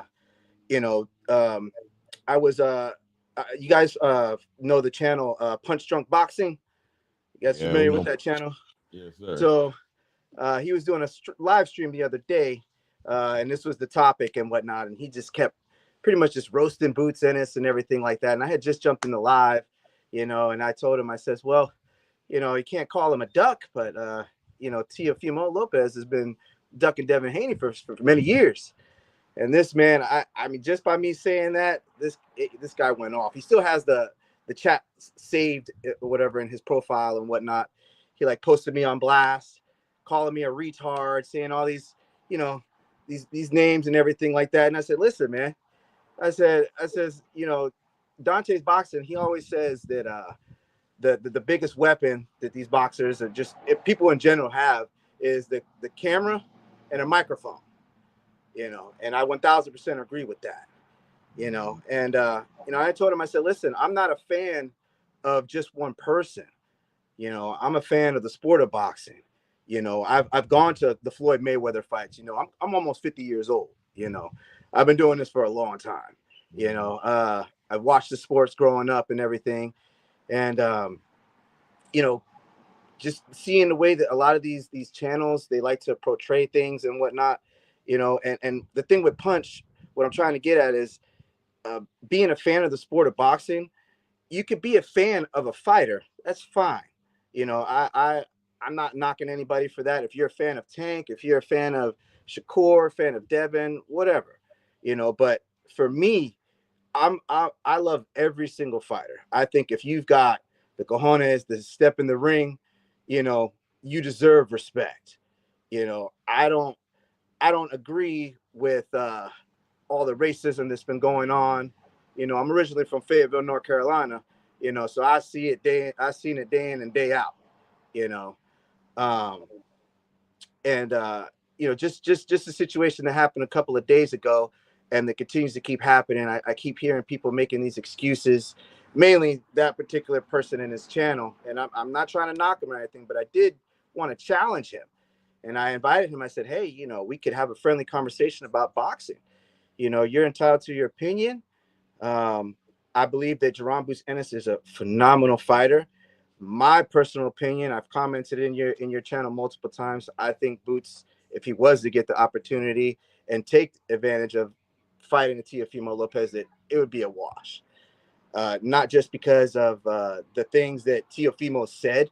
I think that would definitely light anybody's fire, but just to prove a point, that there are levels to it. And not saying Teofimo is not a great fighter. I think that he's a phenomenal fighter. I just don't agree with, the antics and all the racism that's constantly going on in the sport of boxing. And then a lot of these channels are portraying this image, and that's the problem that we're having right now. Nobody's actually telling the truth.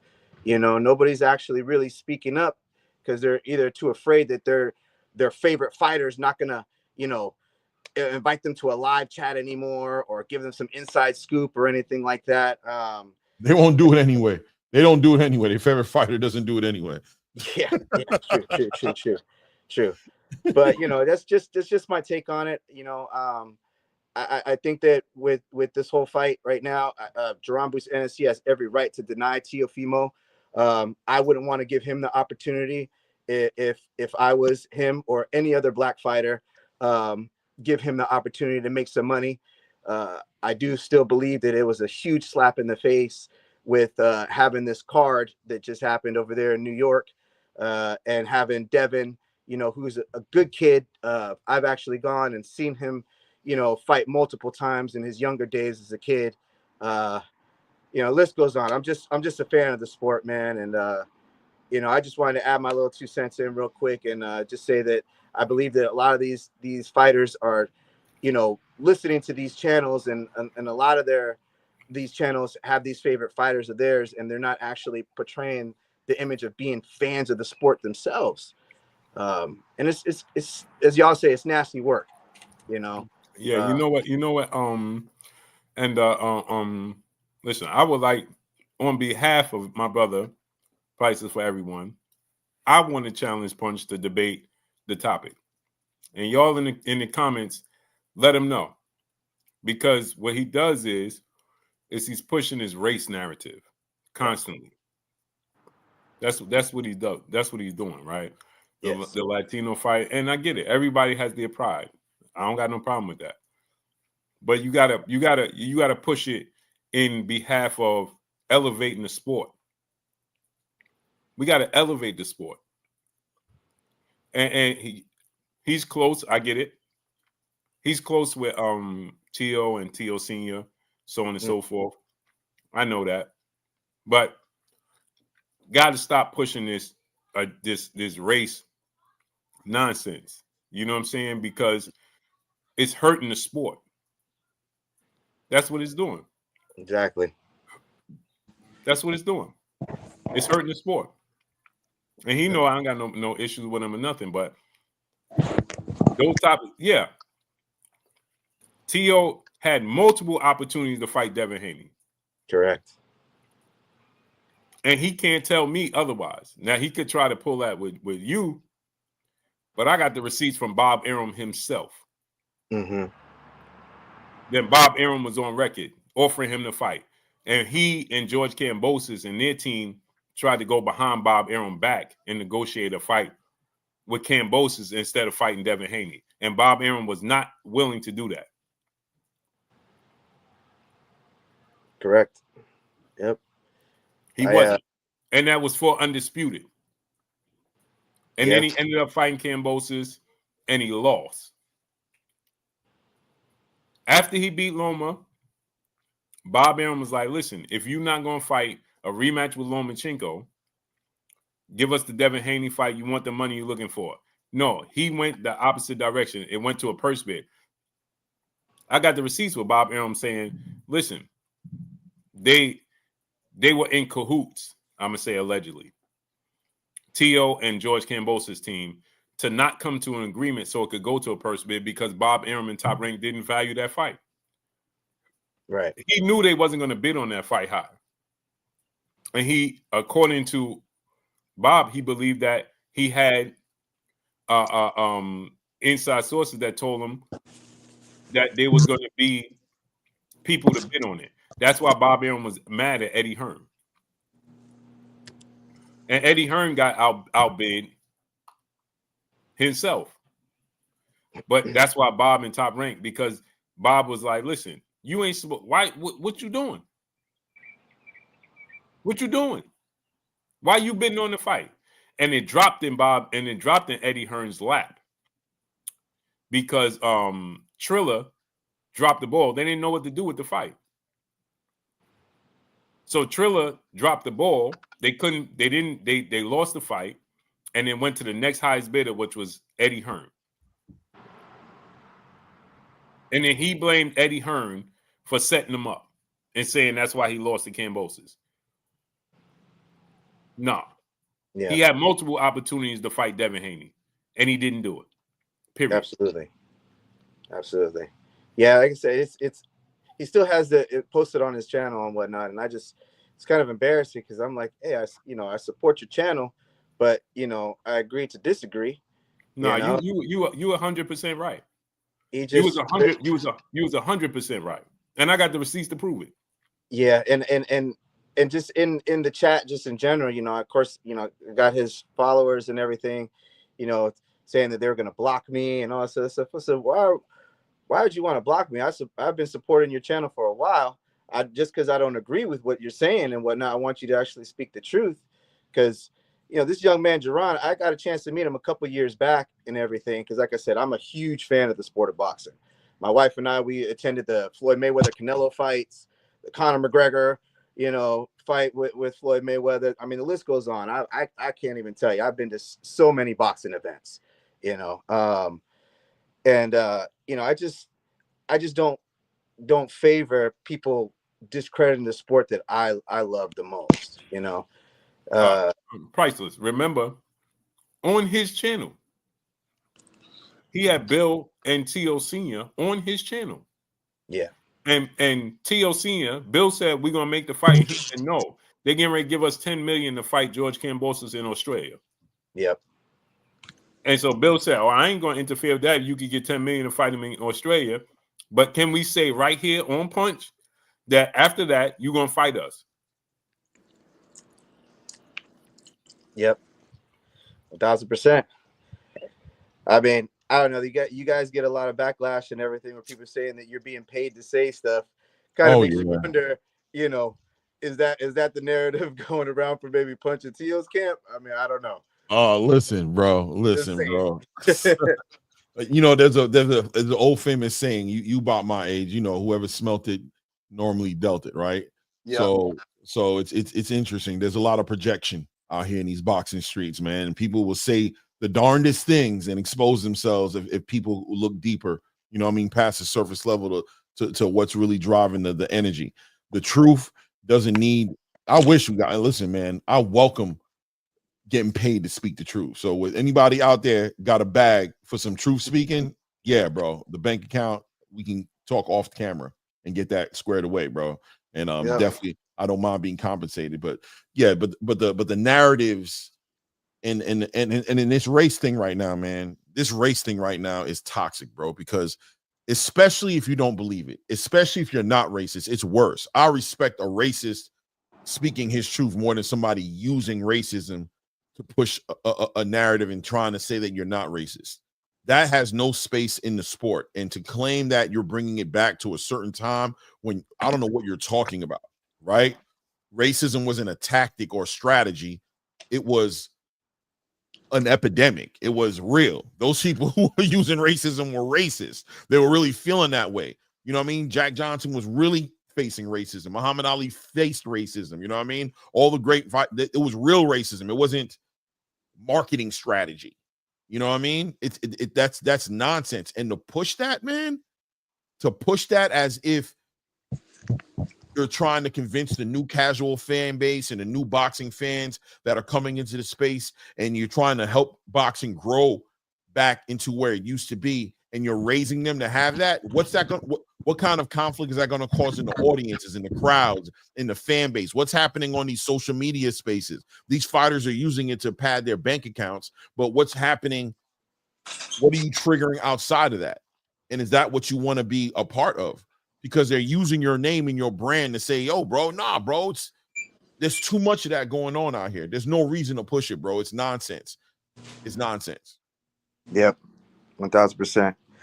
Well, I just wanted to tap in with you guys. I appreciate you guys allowing me to come on your channel and everything, speak for a few. I'm at work right now. My company, I own a bathtub company and whatnot. My company is the #1 company in the entire state of Hawaii and what we specialize in. Oh, so, salute. Oh yeah, bro. I gotta get back to making this money real quick. I'm out of a $3,000 job right now. Yeah. So, but again, I would really definitely would love to get an opportunity to be able to speak to Punch, have an actual good boxing conversation with this man. I don't know if you'd be able to set it up. Yeah, I'll reach out to him. Definitely be much appreciated. But yeah, it's a little glimpse of what I do. Still working. Oh, that's what's up. Yes, you guys caught me a little bit off guard, but I'm definitely looking forward to getting out there and seeing you guys in person and whatnot, and watching these fights together and being able to actually talk and enjoy boxing. If I come out there before the summer, I'm gonna tap in with you. Yeah, man, tap in with me, man. Tap in with me. Right. You got a place to stay. I ain't,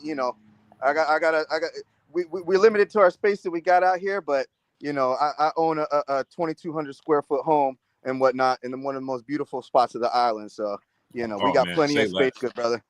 Say less. All right, fam. You guys have a good one, man. All right, great brother. All right. Take it easy. Hey, what time is it there right now? Current time is 2:19 p.m. Okay. Yep. So it's 6 hours back. Yeah. So I'm in like the mountain area right now in Hawaii Kai. Man, that's beautiful, man. Yeah. Beautiful. Yeah. That's beautiful.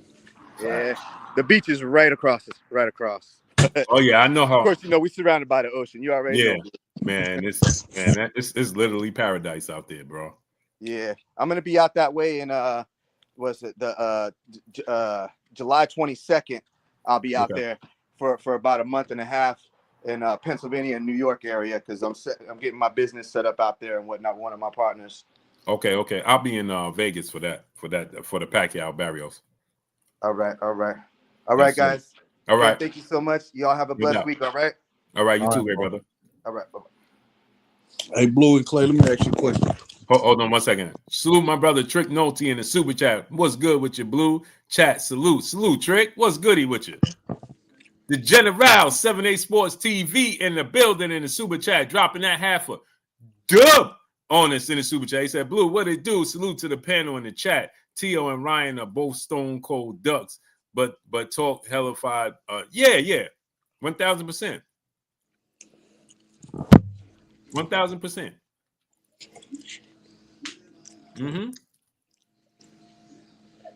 Yep. But go ahead, Rich. Sorry about that. I know you good. I was gonna say let's say like one of our young fighters, not Tio, but Boots, Devin, or even Shakur, Tank, one of them was to come out and say a bunch of racist stuff about like a white fighter or a Latino fighter. Do you think they would have been able to say, "Oh, it's marketing," or "Oh, I'm trying to sell the fight"? Like how do you think the reaction would have been to that? It wouldn't have been so warm. What you think? Remember, the WBC made Devin apologize for saying he'll never let a white boy beat him. Yeah, that already happened. I'm about to say that already happened. But yet, Tio still got the belt, and the WBO talking about they're gonna make a decision. When? Yeah, I remember that. Ryan is still allowed to fight for belts. How? Make it make sense. The game is to be sold, not to be told. Yeah, it don't make sense. It's nasty work, man. Nasty work. What you think about Devin versus Tio, though? I think it's a great fight. I think there's a great story behind it. I think both guys bring their A game. I think that's the type of fight that Devin needs to bring out that dog. I think Teofimo is gonna probably, there's gonna be a great version of Teofimo out there. I do think it's a 50-50 fight, though. I think it's a 50 fight. I can see Teofimo winning the fight. But I definitely can see Devin winning the fight as well. And I can see him controlling the fight. Devin can get in there and hit Tio. He's got the athleticism. He's got the IQ, and he has something I think Tio rarely brings to the table, which is he brings strategy. He's very coachable, and he brings strategy, and I think that's going to play a big part in fighting Tio. I think Tio's going to go through and run into a lot of problems fighting these fighters. You know what's funny to me?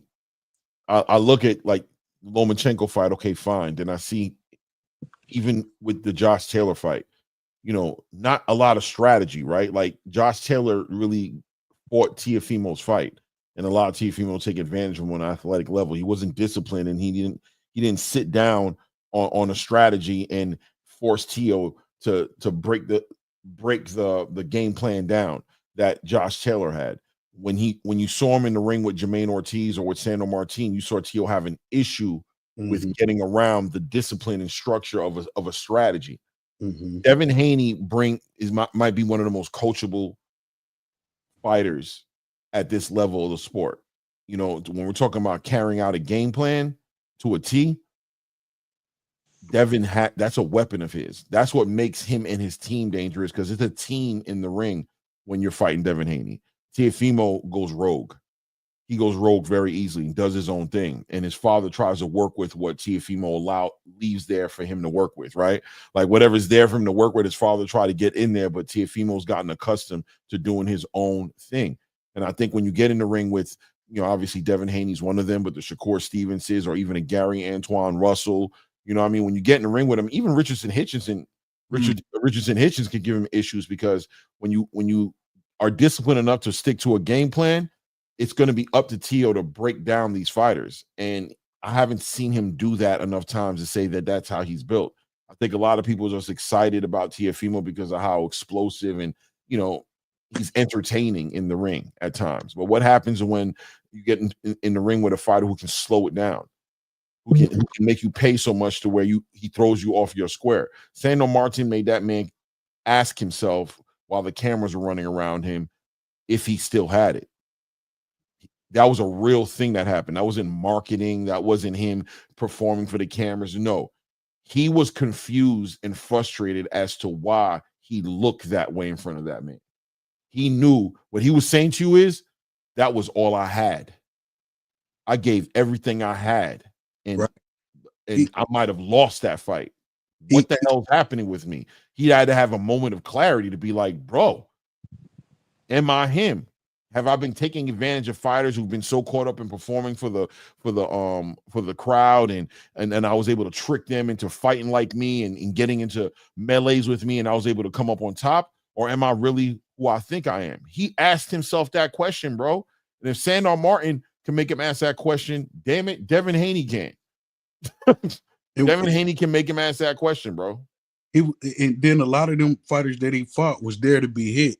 Taylor sat there in the pocket. Comey sat there in the pocket with him. They sat there for him to hit. And it's like when you make him think and have to move his feet and stuff like that, he gets stuck in the mud and it frustrates him. Even Barbosa was there for him to hit. But when he has to fight somebody who can move and make him think, it becomes a different fight. Then you get to seeing the real athletic abilities of Teo that he really don't have. And I think Devin will make him think. Devin will make him have to move his feet, and it's going to frustrate Teo, and you're going to see a different fight. I don't got it 50-50. I got it more leaning towards Devin. I just don't see in what world Teo can beat Devin, because Devin's more athletic. And I think with Devin being at 47, is it going to be at 47 or 45? I'm hearing it's going to be a catcher like 44, 45. Yeah, it's be a catchweight. But either way, I think with Devin being at a bigger weight now, we're going to start seeing a better version of Devin. And I just don't see Teo being able to beat him. I don't think he'll be able to think that. I mean, he wants you to sit there with him like a lot of them do, because they're flat-footed, they're limited. They want you to sit there so that they can hit you. But once you get to moving and making them think, it becomes a different fight. And that's what Devin going to bring to the table that he's been avoiding. That's what Teo's been avoiding. And you know what's so ironic, y'all? Is that how could you be calling out Boots at 47, but then trying to put a catch weight on Devin Haney? Make that make sense. Yeah. Right. Boots ain't fighting at no catch weight. So why would you fight Devin Haney at a catch weight? Why would you even want that? They're going to say because there's no belt on the line. That's why. There's no belt on the line, so why do it? But yeah, you're right, Clay? But the thing is, with that, it shouldn't you, like you said yesterday, Clay, you done nothing at 47. So shouldn't you be looking to do something at 47 and say, listen, I beat Devin Haney at 47? If he really wanted to fight Boots, bro, he should have been trying to fight Brian Norman. He should have took that fight last year instead of backing out and ducking Brian Norman. Exactly. Right? Making Brian Norman feel like you wanted to fight him, trying to leverage that WBO title. And then when and that never manifested, but that would have been your key to fighting Boots. Hey, Clay, you know what? I completely forgot about that. Yeah. He ducked Brian Norman. He definitely ducked. I completely forgot about that. And remember, they called for the Norman fight.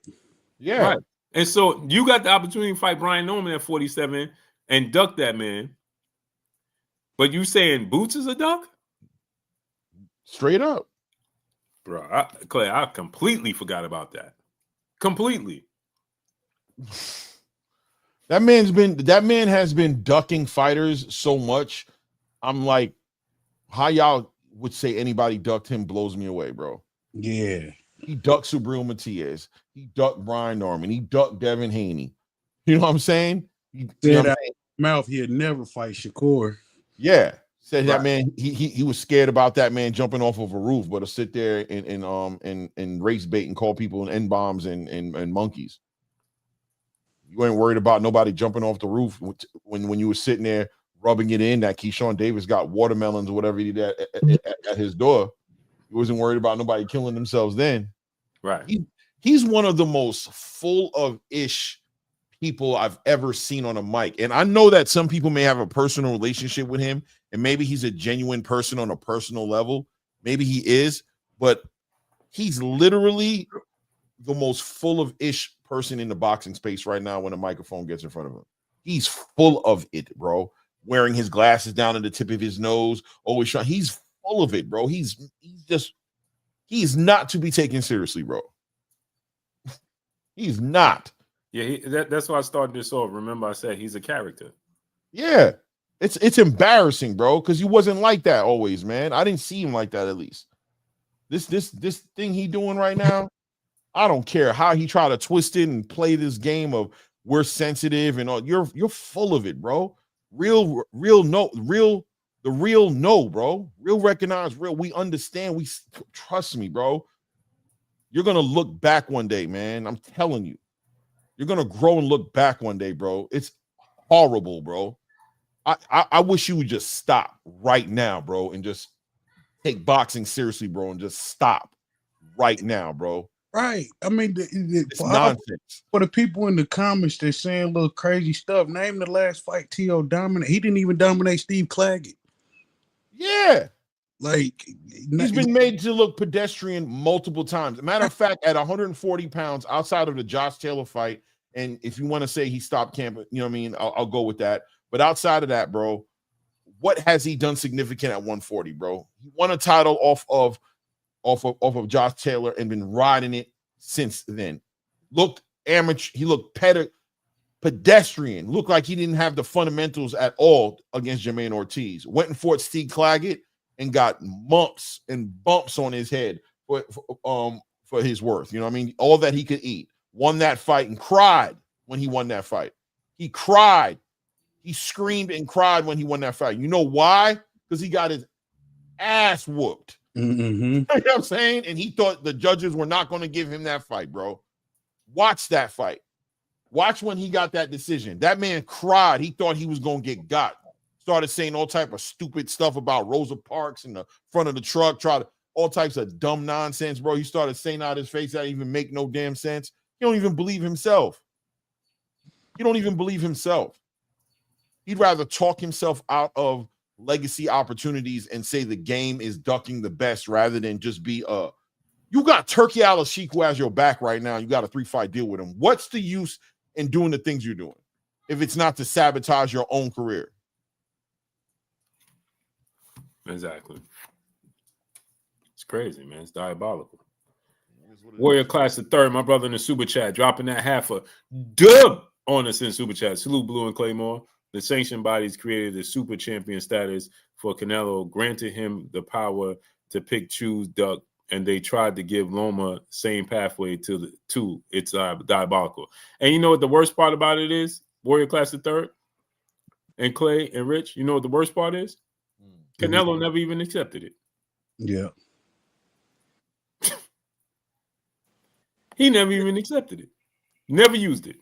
And then it went away. He never accepted it, and then it went away. Mm-hmm. Chris Hernandez said Devin Haney got no punching power, yet he has more knockouts than Teofimo Lopez. Facts. Damn, I didn't know that. I didn't even think about that. Does he? Yeah. He got 15. T.O. got 13. Yeah. Wow. I didn't even think about that. The Chris Hernandez dude been in the comments the whole time. I mean, but it's obvious why he's going for T.O. I mean, right. And Devin has knockout of the year as well.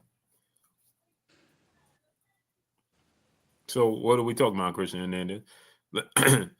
Maybe I'm missing something, Clay. But when is the last time T.O. had a knockout? I mean, was it Campa? Comey at 35. No, Campa at 140. He knocked out. He stopped Pedro Campa. He stopped in TKO 7th round. Did he? Yeah. Mm-hmm. That was his first fight at 140. Yeah. That's why I said if you want to give him Pedro Campa, I'll give him that. And Josh Taylor. Outside of that, at 135, he's done nothing, bro. Nothing. He's done nothing at 130. I mean, excuse me, at 140. He's done nothing at 140, bro. He did Pedro Campa, stopped him, and he beat Josh Taylor in a unanimous decision. Great fight. I'll always give him respect for that fight. I thought he was back in rare form in that fight. Outside of that, he's done nothing, bro. Pedestrian against Sandor Martin. Questioned his own self as to whether or not he still got it. Retired after that damn near. Said he was retiring from the sport at that point. Then came back and fought Josh Taylor. He was like, oh, he's back. Then he fought Jermaine Ortiz and arguably lost that fight, just like Sandor Martin. Then he fought Steve Clack and got knots on his head. Then he fought Arnold Barbosa and got a Arnold Barbosa who took a Valium pill or something before he came in the ring and just refused to step on the gas and put any type of real pressure on him. But a victory. I'm going to give him his props, especially on a card that was as lackluster as that card was. But, brother, what have you done at 140 to make any argument to be fighting Jerome Boots Ennis at 147? Somebody tell me. And to say he's ducking him. And then say he's ducking you for what? I mean, to say that Haney don't got punching power, shit, he was dropping Regis all over the ring, and Regis knocked everybody over. You know, he dropped Regis. He hurt Ryan. I mean, they just be talking, huh? They just make stuff up. Prices for everyone. My brother in the super chat dropping that dub on us in the super chat. Thank you guys for allowing me the time on your platform. Salute to all you kings and queens. I pray we can get back to form and talk. Enjoy boxing again. Have a great week, everyone. Salute to you, brother. Always supporting. Been supporting me for about 7 years now. Salute to Price for everyone, man. Much love, family. And again, like I always say, man, you know, especially for my my family, my peopleizations that been here, you know, from day one. You know what I'm saying? You guys coming up here is not this is your platform as well as mine. You understand what I'm saying? Like I don't have a platform without y'all. I'll just be sitting here talking to myself. I could do that in my bathroom. You know what I'm saying? So again, you know what I'm saying? That's why when I have people like Rich, they always welcome. Rich could sit here unless I have a special guest on, you know what I'm saying? You guys are always welcome unless me and Clay is just cooking and I just want to, you know, but it's your platform as much as it's mine, right? I'm just a bridge. I always say this. You know what I'm saying? I have relationships. I've been in the sport of boxing for a long time, know a lot of people, and things of that nature. So all I am is a bridge. You know, I'm gonna be doing this if I wasn't doing this. I've been around boxing the whole time. I go to gyms all the time. You know what I'm saying? So, you know, me and my wife had went on vacation about 10 years ago. this is a true story, right? We went to Vegas about 10 years ago, and I went to Sean Porter gym, kicked it there. I went to Floyd gym, and I was kicking it there. And I've always knew these people. This is nothing new. You know what I'm saying? I just wasn't doing this. And so, you know, I woke up one day and I told my wife, like, yo, you know what? I could get that information and relay it to the people that don't have the voice or don't have the outlet, don't have the relationships. So that's all I want to do is be, you know, that's why it's so disappointing when people be like, oh man, Blue, you capping, Blue, you lying, Blue. I don't got no reason to do that. All I'm trying to do is give you, again, people try to, you know, you have this silly dude over there talking about, oh, he's talking about everything subject to change, because everything is subject to change in boxing. Right now, you see Turki Al-Sheikh is like, all right, there's 2 fights on the table for him. Ennis and Devin Haney for Turki. He's trying to get it in direction. He thought it was going to go in the direction of Ennis. Boots don't want to do it. Maybe now, I don't know if he agreed. From what I'm being told, he never was on board with this. Is Eddie Hearn is telling him that he can convince Boots to take this fight with Teofimo Lopez. Right. You know what I'm saying? But as far as I know, it was never a thing for him. So again, things change. We said it from day one, the day after the fight, that night of the fight. We said, yeah, but is Boots going to do it? We knew that Boots wasn't more like going to do. We never ever even us when Teo said he was going up there, I'm like, yeah, bro, I don't see it. I don't see Boots doing it. Why would Boots do it? Right. He's just not motivated for it because first of all, Boots lives a very normal lifestyle. Anybody know Boots, right? I was getting ready to say what kind of car he drives. I'm not gonna put that information out there. But he drives it's a souped up car, but it's an ordinary car. He put work in it. And that's what he drives. He don't drive a Bentley and Lamborghini, and he can, but he don't. You know what I'm saying? He's a regular dude. He goes to the local, you know, spots. I'm not gonna put that out there because, you know, people might try to show up, but he goes to regular spots, he eats. He's just a regular dude. Our nephew Band Up could tell you, we always at the same restaurant. He came and Band Up, if he here, he could tell you. Boots came on a scooter, y'all. We was in LA. This is a true story. We in LA at a restaurant in the hood. Boots rolled up on a motorized scooter with his team. Literally on a scooter, not the one you sit down on, stand up. You just stand on it and just a regular scooter, Clay and Rich, just on a scooter, just riding through LA. That's just who he is. Yeah. So he's not moved by, well, Teo is a marquee name and you're gonna get this amount of money. That's not moving him.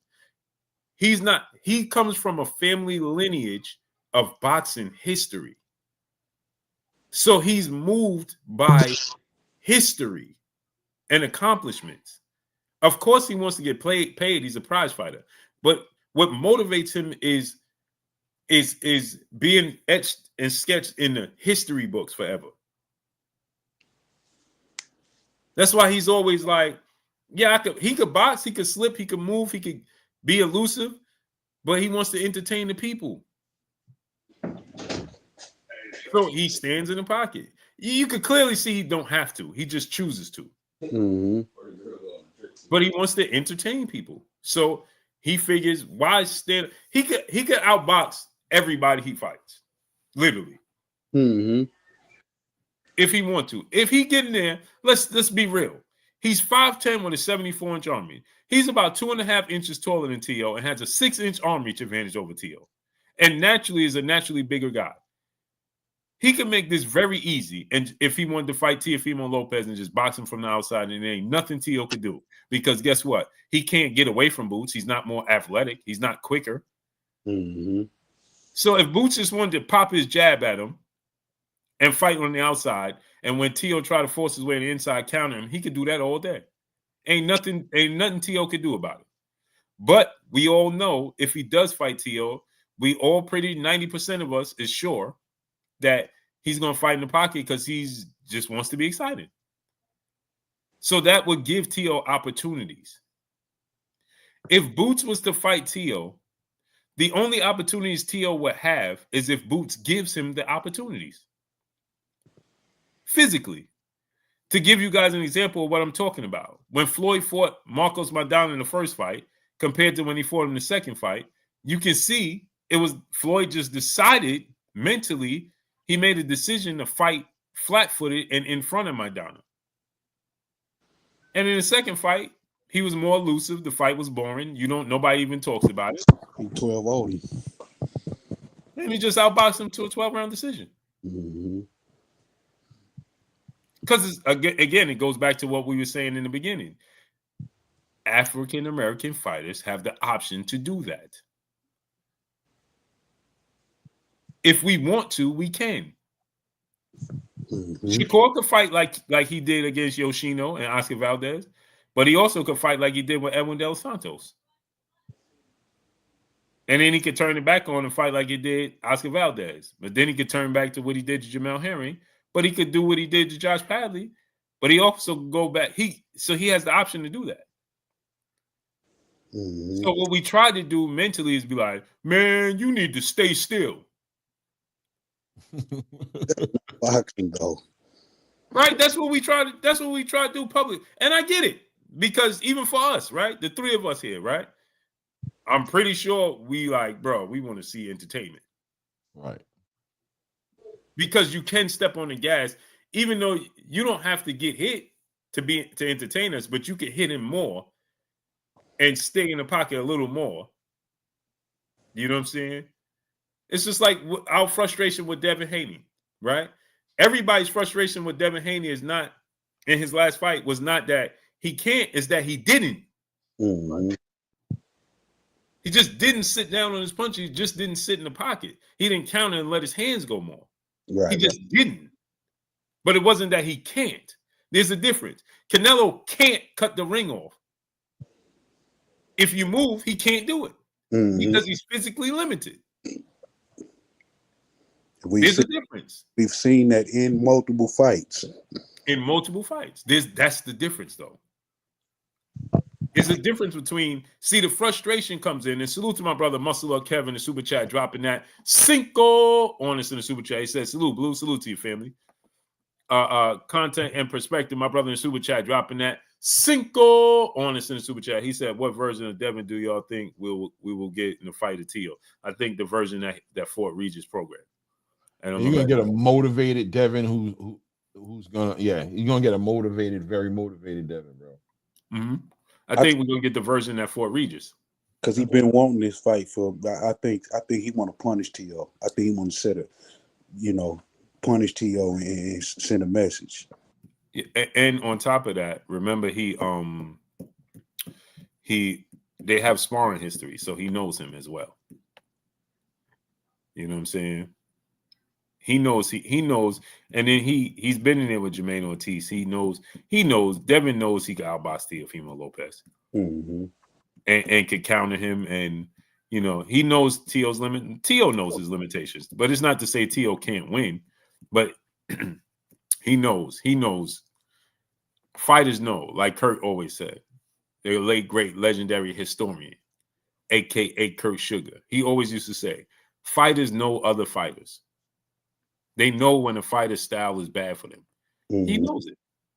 He knows. He's like, hey, bro, this dude, even though the people will say Devin don't hit hard, which he's not the biggest puncher, right? In his last fight, he was moving, excessive movement, right? No doubt. But he knows that style is not good for him. It's the same way Canelo knows that with Terrence Crawford. But because the mass majority of people will be like, well, Terrence Crawford is too small. Devin Haney can't punch himself out of a wet paper bag. Then you automatically equate that where he can't beat him. But styles make fights. Right. You know what I'm saying? So you know, different style matchups is different strokes for different folks. Salute to Ben Davis, brother, in the super chat, dropping that half a dub on us in super chat. He said, Blue, what is your take on standing or sitting between rounds? My take is to each its own. You know what I'm saying? I always look at it from this standpoint, right, Clay? I always, like when I go to the gym, right? Some people take a minute in between sets. Some people take 2 minutes. You know what I'm saying? Some people take, you know, less than that. Me personally, when I go to the gym, I take walks. So what I mean by that is when I do a set, I walk around I walk the entirety that I outline the gym. Mm-hmm. Right? So I walk the whole perimeter of the gym and I come back and I go right. So I sit down and do my set. You know what I'm saying? Instead of sitting there on Instagram or anything of that nature, I walk the parameters of the gym. And by the time I get back, it's my set. You know what I'm saying? It's still your set. You know what I'm saying? So that's me personally. Mm-hmm. Now, somebody else might sit there, might say, hey, I need to give myself 2 minutes. You know what I'm saying? Yeah. Yeah, Chris, like I see that. Like for me, it works for me, man. You know what I'm saying? I walk around the gym. I walk around. Yeah, protein before bed is good, but I'm old now, man. It hurts my stomach now. It's hard for me to do. The bubble guts, we'll be waking up in the morning. I got to give myself 3 hours before bed. That's diabolical. It's diabolical, Clay. But it got to be at least 3 hours, bro. It's different out here, bro. It's not like it used to be, bro. Yeah, they don't understand, bro. It got to be 3 hours. Before, I could chug protein 45 minutes before bed, hour before bed. Sleep like a baby. Sleep like a baby. Now, man, listen. My wife be kicking me, bro. What is that smell? I don't know. Yeah. You know what I'm saying? Like, I don't know what that is. I don't know what that is. I can't do it, bro. Stomach hurting. I be sitting up in the bed now. No, I can't do it, bro. I wish I could. I can't do it no more. But what's y'all take on that? Listen, man. I think there's something, you know, I always look at is standing in the corner, you know, kind of like the action of sitting down and standing up. It's like when you sit down, the blood circulation in your body kind of like moves differently, right? And if you want to keep that energy going, especially for the bigger fighters, right? Especially for the bigger fighters, I think standing, there's a benefit in it. You know what I mean? I think it helps with the cardio and with the stamina a little bit. It kind of keeps you right there, you know, especially if you've been hurt or something like that. Sitting down sometimes might be the worst thing because you get up and your legs just ain't there. But I agree with you. To each their own. Whatever works with you, whatever, you know, depending on the shape that you're in, who you are. I mean, we watched, you know, Tyson Fury stood up sometimes, but for the most part, just sat on a tall stool, right? You saw him sit down on a real tall stool. You've seen George Foreman stand up in the corner. Mm-hmm. You know what I mean? There's a lot of fighters, you know what I'm saying? I'm trying to think to myself, you see them stand up in the corner like they don't, you know what I mean? And I think that's to keep that energy going. So whatever works for you, bro, it's about whatever works for you, man, because you want to be as strong and you want them legs to be under you every round. You know what I mean? And that's important. So I used to think it was disrespectful when fighters did it, but now I understand it is whatever works for you because you see a lot of fighters do it. Like Shakur do it, Canelo does it. So It just depends on what works for you. It keeps you, you know what I mean? Keeps that blood moving because it's all about those legs, man. It's all about those legs, man. It's about that. It's about that blood flow circulating through your body and through them legs, man. I got a question though. If I sit there in the gym, man, I sit there, bro. Can't. You lose energy. It's like it's hard for you to have to get up like, now and get back to working. Right. Yeah. Even sitting in this chair right now, as I'm sitting here right now, when it's time for me to get up, you know what I'm saying, and head upstairs. Yeah, bro, it'd be slow motion, bro. The legs be a little weak. You know, the blood just doesn't flow the way it used to flow. You know what I mean? When I get up, I could feel it. I could feel the heaviness in my legs if I sit here too long. So I can imagine, you know what I'm saying, in the middle of a fight, you want those legs. The legs are maybe the most important part of the body in a fight outside of your hands. Right? So whatever's going to give you the best results is what you should probably do. Mm-hmm. Hey, wasn't it Tio that said he never made over $1 million in a fight? Yeah. Sure did. So how much did he just make on this last Turkey fight? I'm sure over $1 million, right? I heard it was $750K for the Barbosa fight. That's what the rumor was. I don't know. No, I think he made more than that. I hope he did. I think he made more than that. So I'm trying to figure out, why would this fool go at the man that's paying him more than Bob Arum was paying him? There's a combination of I wonder. I don't think he was going at him, but he was going at him. I think Tio's just so immature. You know what I mean? I just think he's so immature, bro. He says stupid stuff that I just think he's such a child, bro. Like he's such an immature child. He truly is. He is, man. Like I don't think he meant to go at Turk like that. I'll be right back. Don't forget to read Nick J joint. I'll be right back. Give me 3 minutes. And then it's like his dad is like a yes man, and people say a lot about Bill Haney and some of these other fathers, but they not letting their kids crash out and mess up the bag the way his father is. But he can't stop him. His father can't stop him. His father's an employee, bro. And Tio has that Tio has that relationship with him now where they had that understanding. I think a lot of that retiring and all that stuff was handling a lot of those issues. And I think, even with his wife, the thing with his wife, I think had a lot to do with his father. And I think he humbled his father to a certain degree, maybe even threatened to, to separate certain things from him. So now the father's kind of like walking around on eggshells around Tio, and Tio's doing his own thing. But at the end of the day, bro, Bill Haney can't stop Devin Haney from acting a fool. It's Devin Haney's choice to not do it. You know what I mean? To listen to his father. But if he chooses to go the other way, then as an adult, what can you do? Tio is moving the way he's moving because he's been advised that his father is a derelict to a degree, right? Like he understands the things that he's seen his father do, and he's watched, and it almost looks like he's lost a certain amount of respect for his father to a certain degree, right? Like you always see him celebrate his father, but when it comes to that combination of them in the gym, or at least the combination at the fight, he goes rogue so frequently. He does his own thing so frequently. There's an amount of like I don't believe in you like that no more energy going on. So it's like the father's lost credibility with his son. So when Teofimo Sr. walks in on Teofimo Jr. and says, "Hey, bro, you embarrassing yourself. You don't need to be doing all this." Teofimo's responding with, "Man, stop it, man. You're doing too much. You're being emotional, man. Calm down, bro. Calm down, Pop." He's talking to him like that in a way that I can never imagine Devin talking to his father that way, right? I can never imagine Devin telling Bill to chill. Yo, chill, you doing a lot of relax, yo. It's all good. You know what I mean? You doing it, yo. This is just marketing. This is just this. Come on, man. You gotta understand. He's not schooling his father.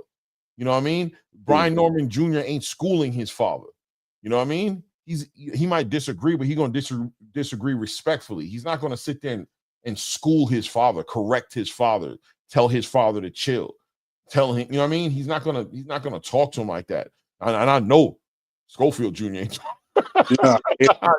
I know he ain't doing it. You know what I mean? And same thing, yes, Nick J. By the way, I gotta read this. Nick Blue told me to read this, but Nick just said kind of like Tank did Calvin and I. Exactly. That's a perfect example right there.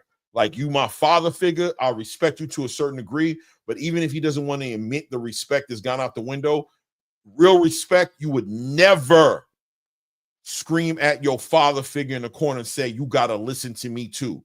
You ain't going to see Floyd Mayweather Jr. for all of his issues that he had with his father. I've never seen them go through it in the corner. Nah. You know what I'm saying? Ever. He never would cross that line. You know what I'm saying? And that what Nick J just said right there is a big example.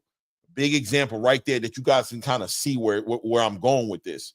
And it's the same thing for Teofimo and his father. And I think that relationship has become toxic for Teofimo, because I think when Teofimo needs a trainer, when he needs to adjust, when he needs somebody to guide him through hard times in a fight, I don't know if he has that person in the corner. You feel me? I don't know if he has that guy who's like, all right, man, we got to calm down. I see what he's doing. What I want you to do is, and him believe it and go in there and execute that. He's going to go in there and try to figure it out the best he can figure it out inside that ring. Right. You know what I'm saying? Let me see here. Nick J said, speaking of hands, do y'all think Shakur's hands will hold up in the Zepeda fight? Tom, we don't know. Queen, oh man, Queen, that's always going to be the question with Shakur. And I think for the rest of his career, it'll be the question. It'll always be the question as to what those hands are going to look like. Even if he has a good fight, this fight, and breaks down William Zepeda and stops him and looks the best he ever did, when the next fight comes up, we're going to be sitting there wondering if his hands is going to be okay, bro. Like, right. It's just a day-to-day thing with Shakur Stevenson in those hands, man, until he shows us differently. Now, 2 or 3 fights and him being consistent and we see that product a certain way, we'll get a little bit more confident as time goes by. But yeah, man, will it hold up? I hope so. I hope so, because I think this is one of the marquee fights that he need to kind of. I think it's a little bit of a crossover fight for him because Zepeda kind of big in the Mexican community. Oh my God, bro! I swole. I'm hoping that you're not talking about the video of when they got into it inside the gym. Yeah, that's old. Okay, so listen to me. I just said, for everything that Floyd Mayweather Jr.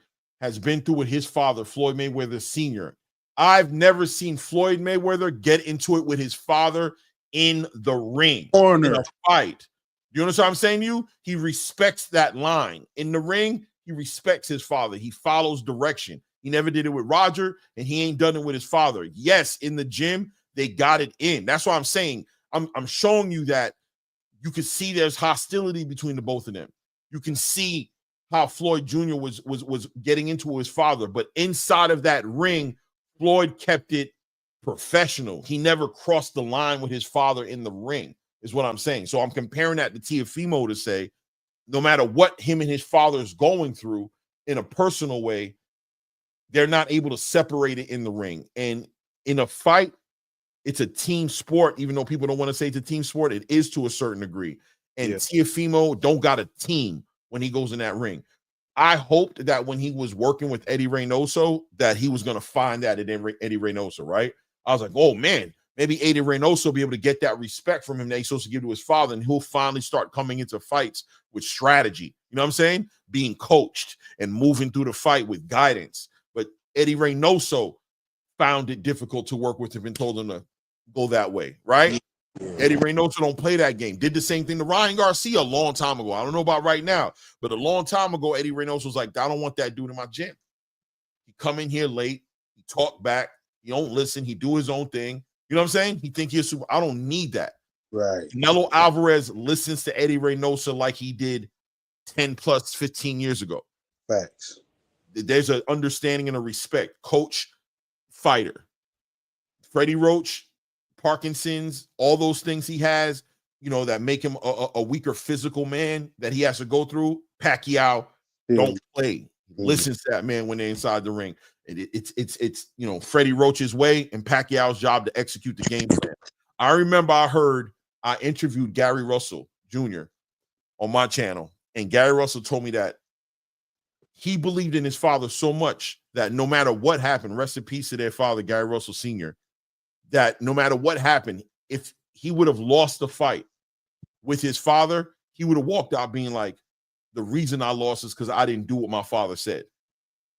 I didn't execute it the right way. Whatever it was he was telling me to do, if I would have did what he said, I would have won the fight. They bought into the process. When you find that right trainer, you see that right trainer in the fight with a fighter, it adds to him. That's why I say in the Hamza Shiraz fight coming up against Edgar Berlanga, I'm wondering how that combination of Hamza Shiraz and Andy Lee is going to come together. Because if Hamza Shiraz buys into what Andy Lee's talking about, Hamza Shiraz is going to be better than we've ever seen him. Look at Daniel Dubois once he linked up with what's his trainer's name again? Oh my God, I can't remember his name right now on top of my head. I'm going through it right now. That's crazy. I know this guy's name. Whatever have you guys know who I'm talking about? The African dude that trains him.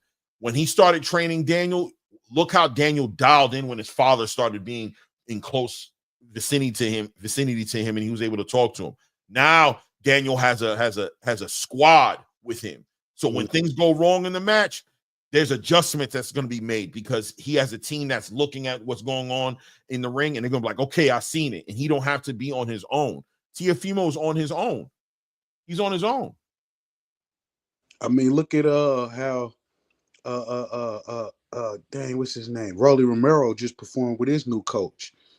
He was so disciplined in that fight against Ryan. It looked like a whole different Rolly. He had his hand up. Word. Another great example. Thank you. Perfect. Right. Look how he improved exponentially. Right? Exponentially he improved. Theo don't have that, and that's why I say when it comes time for him to get in the big fights, like I said, when he's fighting a Gary Antoine Russell, a Devin Haney, a Shakur Stevenson, a Keyshawn Davis, when he's fighting these fighters, these level of fighters, Jerome Boots Ennis, Terrence Crawford, even those fights will never happen, right? But when he gets in the ring with these caliber fighters, more than likely, there's going to be adjustments that's going to be needed. You know who else didn't follow instructions all the time and did their own thing? Errol Spence. Yeah. Errol Spence respectfully did that a lot. So what happened when he got in the ring with Terrence Crawford? When Terrence Crawford switched it up on him and it was time to adjust, did we see him adjust? No. What was Derek James doing? Come on, man, I need you. He's giving the instructions. No adjustments. Look at what happened between Derek James and Jermell Charlo when Jermell Charlo's fighting Canelo Alvarez. When Derek James was like, yo, what are we doing, man? We gonna try to win this or what? Why was he acting that way? Because Jermell was not listening to him, bro. Jermell tuned him out, was looking over for Juan Guzman. Like, hey, yo, bro, where's Juan Guzman at, bro? Hey, bro, what are we doing? We on the right game plan? There's something about when that fighter doesn't buy into the process that the trainer is doing. Look at what Robert Garcia did with Rayo Venezuela against Isaac Cruz. Look what happened when Rayo bought into what Robert Garcia was saying. Who the hell was this guy? You feel me? Rayo fell to his knees at the end of that fight. And Robert Garcia was over him going, I told you, boy. How would you not have told you if you listen to me? I'm going to get you what you looking for, bro. This guy's easy. Over and over and over and over again. Teofimo don't have that. He doesn't have that voice in his corner. And I think when he gets in the ring with these fighters, it's going to show in those moments. Yeah, you need that. I mean, because that plays a big part in. I mean, like you said, it's a team. Everything has to fall in place together. From the coaching to the execution to even the cut man to down to the everything. Yeah. Look at Terrence Crawford and Bomac. Yeah, they unisons. They on one page. Everybody look at Terrence, but they don't factor in Bomac, right? Like that night when Terrence fought Errol Spence, that was just as much of a victory for Bomac as it was for Terrence. Bomac beat up Derek in that fight, right? Like Bomac got that victory and felt it and was like, "Don't say nothing to me. Don't say nothing to me." You remember? He said to this day in an interview, I don't mess with none of them dudes over there because they tried to play with me and said that I wasn't one of them guys, one of them trainers. He took it personal. He said Terrence will sit over there and go talk with Errol and kick it with them. I know Terrence is going to go kick it with him, but I don't play with them like that. They try to play with my credibility. I don't play with them. Remember in the videos, the shorts, where he was rubbing his back in the second round, remember when he dropped Earl, he said, counter that jab right up over the top. Boom. Terrence did that. Remember, that's when he dropped him. Yes. Yeah, you can see he listens to what Bomac tells him. Like never rogue. Yeah. And there's still room for audibles, right? For adjustments. Terrence will make an adjustment, right? In the middle of a round, he'll see something and change, right? But once he gets back to that corner, him and Bomac get on the same page again, and there's a game plan going into that next round. Yeah. There's a game plan. Yeah. So the greats, the great fighters, there's always a good support team around them. Abdullah Mason has it. That's one of the biggest things I admire about Abdullah Mason is his team. Right? Like I see Abdullah Mason, I'm like, great talent, but you know what makes him scary to me and what makes me know that he's going to be a pound for pound fighter? His dad, his brothers, that support team he has around him that insulates him and holds him together and keeps him grounded. I know he's going to be a problem. You know who else I see that in? David Benavidez. You feel me? He has his father's there. He's insulated. He has a team. he's a danger because of it's a team effort. It's a strategy and a game plan going into each one of these fights. And like I said, all the greats. One of the things that make Devin Haney who he is, people could throw shots at the man all he want to. It's his damn daddy, bro. Yeah, listen. It's his daddy. To a point to where in that fight against Ryan Garcia, you could argue that the father kind of lost that fight for Devin to a degree. Respectfully. You know what I'm saying? Like Devin listened to him to a fault in that one, right? Mm-hmm. Oh, that brick hand. Devin never kept getting clipped, kept coming back with that brick hand. Kept coming back, kept trying to get it done. Bill took that on. That's why Bill made him fight the way he fought and took the responsibility for that too, right? Right. Nah, Devin did the game plan I gave him. Devin is super coachable. He's super coachable. That's a weapon for him. It's a weapon for him. Yeah. They don't watch those intangibles in the boxing game, man. And those teams are dangerous. That's why I look at, Alexander Usyk too, nasty team. Dimitri Bivol, nasty team. You know what I'm saying? Listens. Great coaching. Listen to that corner work going on in Dimitri Bivol's corner. You know what I'm saying? Mm-hmm. Great work is happening in that corner. Great work is happening in that corner, bro. Yeah, you gotta have that, especially in those big fights, because sometimes they coach see things that you don't see. Yeah. So Most of the time. Most of the time, bro. So when he giving you the game, he telling you, hey, this is what I see. And I mean, it's up to you to execute it, but this is what I see. And you're 9 out of 10 times you're gonna try to execute if you believe him. Mm-hmm. Right? Mm-hmm. If you believe him, you're gonna execute it. You're gonna go for it, even if it's to your own even if it's to your own demise. You'll follow the instructions of who you believe in. Tyson Fury got that relationship with Sugar Hill, man, and he started to do great things. He started to knock people out.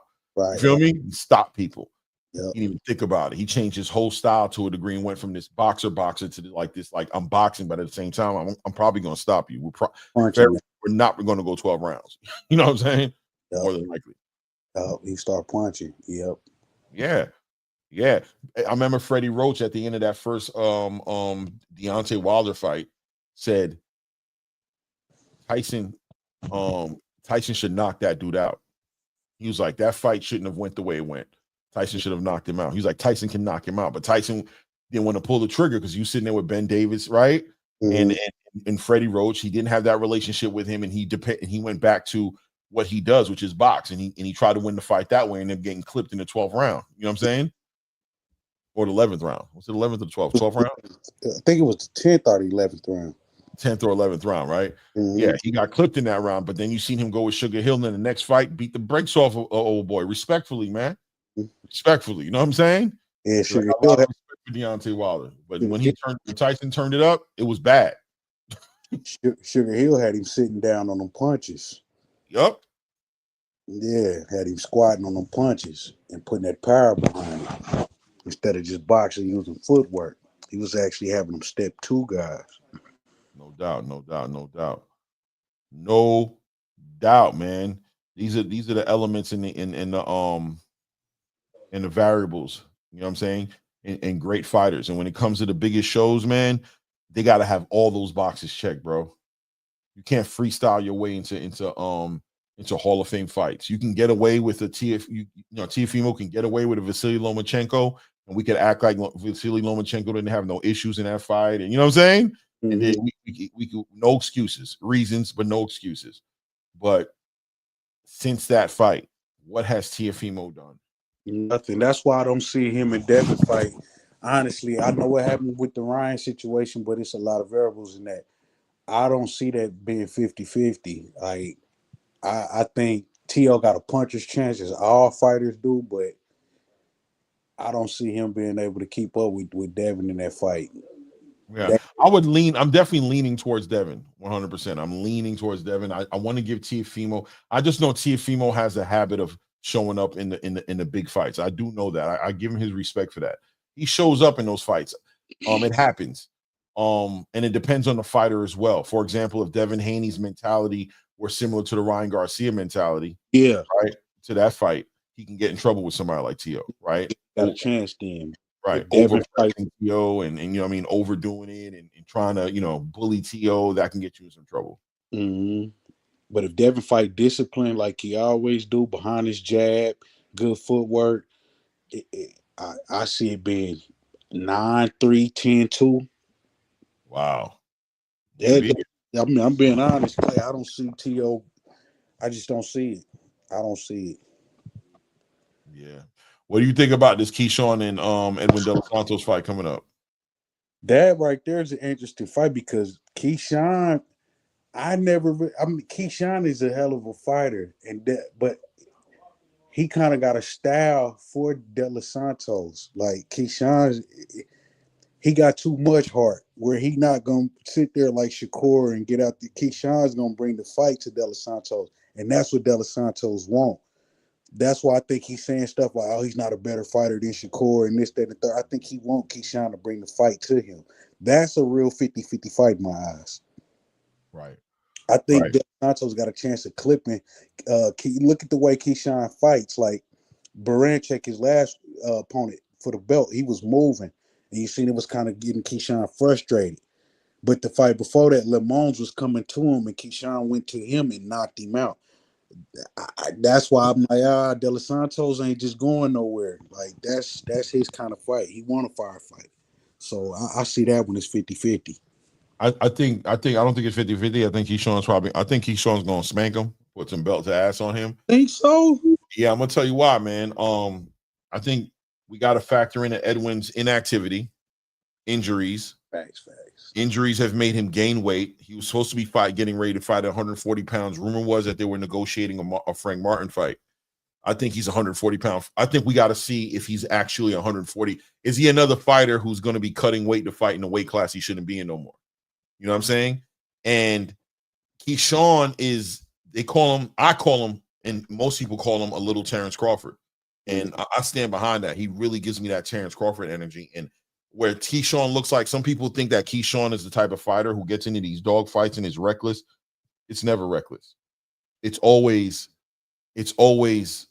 accurate. It's always there's a poise about Keyshawn Davis. There's a temperament that he brings into the ring that looks like reckless abandonment, but it's not. He's timing these shots out. He's punching you in between shots. He attacks the body very faithfully. He understands the power of that.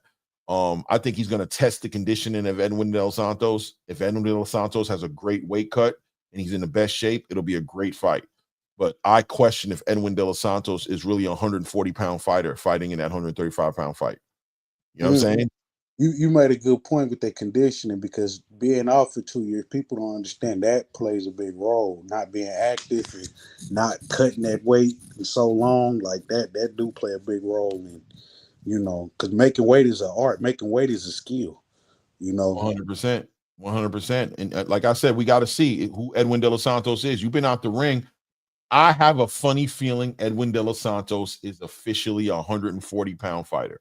And that being said, I think they're going to try to throw shots at this fight.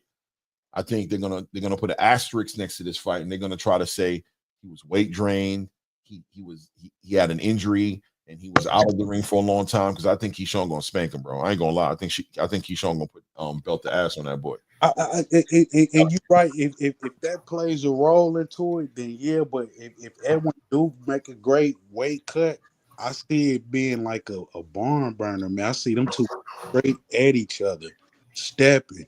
Like a barn burner, right? With Keyshawn Davis is what we saw happen with Nahir Albright, right? We saw that was immature, that was a different Keyshawn. That's pre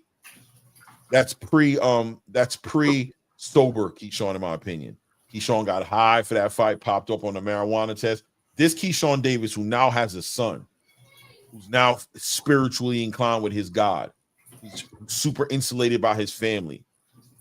I saw people try to throw shots at some of the fights that Keyshawn went through in the past year, but I seen growth in every fight he was in. Mm-hmm. I've seen him fight Jose Pedraza and deal with the veteran, even though Jose Pedraza cut the weight and fought at 135 and he was really 140 fighter. Whatever. I seen the grit in him when he fought against Miguel Medueno. He got that dog in him, right? And Miguel couldn't bully him. I seen the discipline and the poise when he fought against Gustavo Lemos. I seen so many distractions thrown at him in that fight, and he just stayed focused. He had the cameras in his face. He had Gustavo Lemos overweight. He had his sisters in a car accident. He fought in his home stadium. It was going crazy. He had a whole damn marching band behind him. Right. You know what I'm saying? And he never fell off, and he dusted that dude inside of a round. You know what I'm saying? Got that dude out of here. And then I saw him not give in to the distractions of racist antics and all that energy against the Dennis Berinchyk and getting there with a cerebral fighter, take his time and stop him to the body. Body stoppages is always diabolical for me. When I see somebody get stopped by the body, that just adds to your pedigree to me. I seen that man cut his dreads off his head, which means to me it's like he sacrificed and put his skin in the game for boxing. He's improved and showed maturity in every single fight that I've seen him in. You know what I mean? Edwin De Los Santos, last fight we saw him in, he got finessed by Shakur Stevenson. He got finessed. He got caught up in a left hand that was broken. Yeah. You know what I'm saying? Shakur made that man concerned about a hand that wasn't even part of the game. So mentally, he got broken in that one. And then he came off of a fight with Rayo Venezuela. Who, come on, Rayo wasn't who he. Ryan wasn't the Ryan that fought Isak Cruz. Ain't the Ryan who fought Edwin De Los Santos. So I mean, we're gonna see. I think Keyshawn's been elevating and getting better and better and better. And once again, Keyshawn got the best team in the game right now, in my opinion. But that's kind of to my point. If Rayo would have boxed instead of at De Los Santos, I think it would have been a different fight. And that's what I hope Keyshawn don't get caught up in, go in there and knock this dude out and prove a point that I'm not Shakur. I'm not coming here to be boring. Like, because then he got a chance of getting clipped. De Los Santos is punching, Clay. That man punching. Well, I want to say this because I rewatched the Rayo, and Rayo was trying to box. Edwin was too quick. So when he put his jab out there and every time he punched, Edwin was countering him too quick with power punches. Mm-hmm. And it forced him into a slugfest. If you rewatch the fight, I rewatched it last night. It really wasn't a slugfest. He was just getting countered, and when he was getting countered and hurt, Edwin was just too explosive and too fast. So every time Rayo put his jab out there or any kind of combination, he would counter it, bum, bum, bum, and something big would hit him. And now he just had to fight him off. You know what I'm saying? Like, it turned into a dog fight because he was hurt and his legs was gone. You know what I mean? So he was trying to box, but he's just not athletic and not explosive and not quick enough for Edwin. Yeah, same thing happened to him when he fought Gary, to be honest with you. So do you think it's 50-50, Unc, or what you think? Oh, what, Keyshawn and Edwin? Mm-hmm. No. I got it. I got Keyshawn because he's just more he has a higher ring IQ, and his reflexes. He'll see Edwin's punches, right? My concern is Edwin is explosive and fast, right? And if the layoff didn't hurt him, and Edwin is still, the guy that fought Rayo and Shakur, right? And Keyshawn likes to fight in the pocket too. You know what I'm saying? Right. That's the thing, and that's what Edwin is explosive and fast. You know what I mean? But I just think Keyshawn is so crafty that his tie-up game, his ability to to smother your punches, and you know what I'm saying. I think that's gonna. But it's gonna be interesting to see, because if he don't shut Edwin out, then I think Edwin has big moments. If that makes sense, right? You think he'll shut him out, huh? You think he'll shut him out? I'm saying if Keyshawn don't shut him out, mm-hmm. Edwin gonna have his moments will be big because he's so explosive. You know what I'm saying? But the power, Nick J says, he has a great corner. I was just ranting for about the whole time you've been gone about these teams and how underrated it is. that to have a Bomac in your corner, or have a Robert Garcia in your corner, or have an Andy Lee in your corner. And I was saying that because of Teofimo. I said Teofimo was by himself, in my opinion, when he's in these fights. He doesn't have a corner. He doesn't have a voice of reason that he believes that can get him out of trouble if he has to adjust to something. What do you think? Yeah, you're right. And the thing is, Bo is very, very locked in on Edwin. When I watched that interview Bo did, he was like, "Man, this motherfucker could fight. This dude can fight." He's like, "Man, Bo keep it 100. If you can't fight, he gonna say you can't fight." You know what I'm saying? He was like, "Man, this dude could fight." He's like, "We got our hands full. This dude could fight." He's like, "But Key wanted this fight, so we going with it." You know what I'm saying? And I think it's going to be interesting, man. I think Keyshawn has the ability. Okay, so what I'm trying to say, right, Rich, is that I think that Edwin is as advertised, right? Like there's he's not going to, I don't believe, and I have to change this, right? Because Rolly done destroyed that model, right? But for the most part, I think Edwin is who he is, right? So are we going to get suddenly something different? I don't think so. But with Keyshawn, we can get an entirely different fighter. You know what I mean? And so I think that the versatility, he could shock us, you know what I'm saying, and be like, "Damn, I ain't see that coming." You know what I'm saying? He has that ability to do that. Keyshawn is going to come in with a game plan. Keyshawn's going to come in ready for Edwin De Los Santos. Is Edwin De Los Santos going to come in there ready for Keyshawn, or is Edwin De Los Santos going to just do what Edwin De Los Santos does no matter what? Right, exactly. Like because when we seen Edwin against Shakur, right, he had no plan B, no adjustment. Like he had no adjustments for Rayo. He just was so explosive.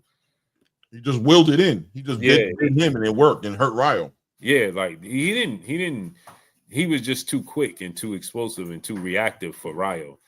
Rayo was just too slow and predictable, right? By the time he got one punch off, Edwin was blasting him with 2-3 punches. Facts. And once he got hurt, it was a wrap. Once the legs are gone, and now he's not. His punches was counting, right? When he landed his, it was like boom, boom. It was all dramatic. You know what I'm saying? It was like Dev and Ryan, right? Similar, right? Like when Ryan landed, it was dramatic. You know what I mean? Right. Like when Dev, it overshadowed what Dev did the entire fight, because when Ryan landed, it was so dramatic.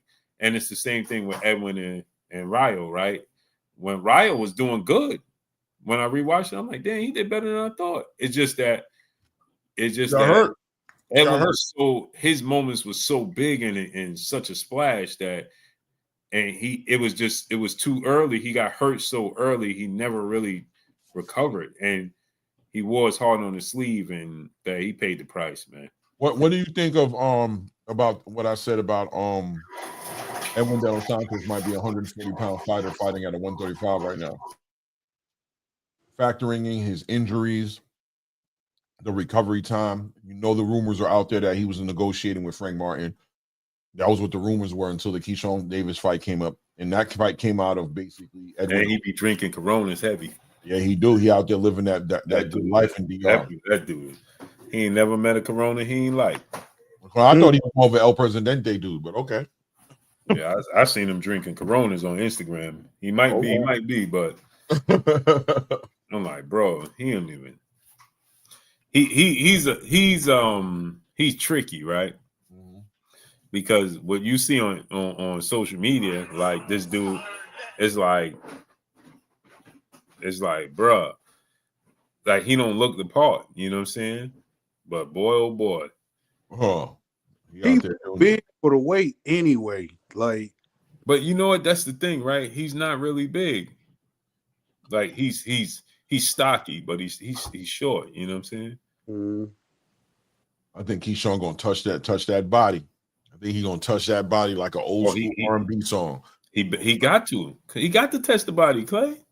You've been sitting there drinking Coronas. Straight up. And you've been out the ring. We're gonna touch that body like an old Johnny Gill song. You heard? Oh yes, oh yes, sir. We're gonna see what's inside there. We're gonna find out. You like yes, that. Sir. That's how you check that gas tank too, touching that body. Oh yes, sir. You've been off for a year. Mm-hmm. Yep. You understand? More than You've been a year. off for more than a year. More than a year, right? On top of that, you had injuries, and I seen you drinking and putting on dad bod weight. Yeah, he fought. The last time he fought was Shakur Stevenson, and that was November of 2023. Yeah. Had 2-3 fights since then. Yep. Yeah, I mean, you done put on a dad bod. Oh, you're gonna have to answer these questions. And he had surgery and had to sit out the ring for a minute and miss out of. You know what I mean? Yeah, your body gonna have to answer these questions for me. Yeah, you're gonna have to show me. You're gonna have to show me.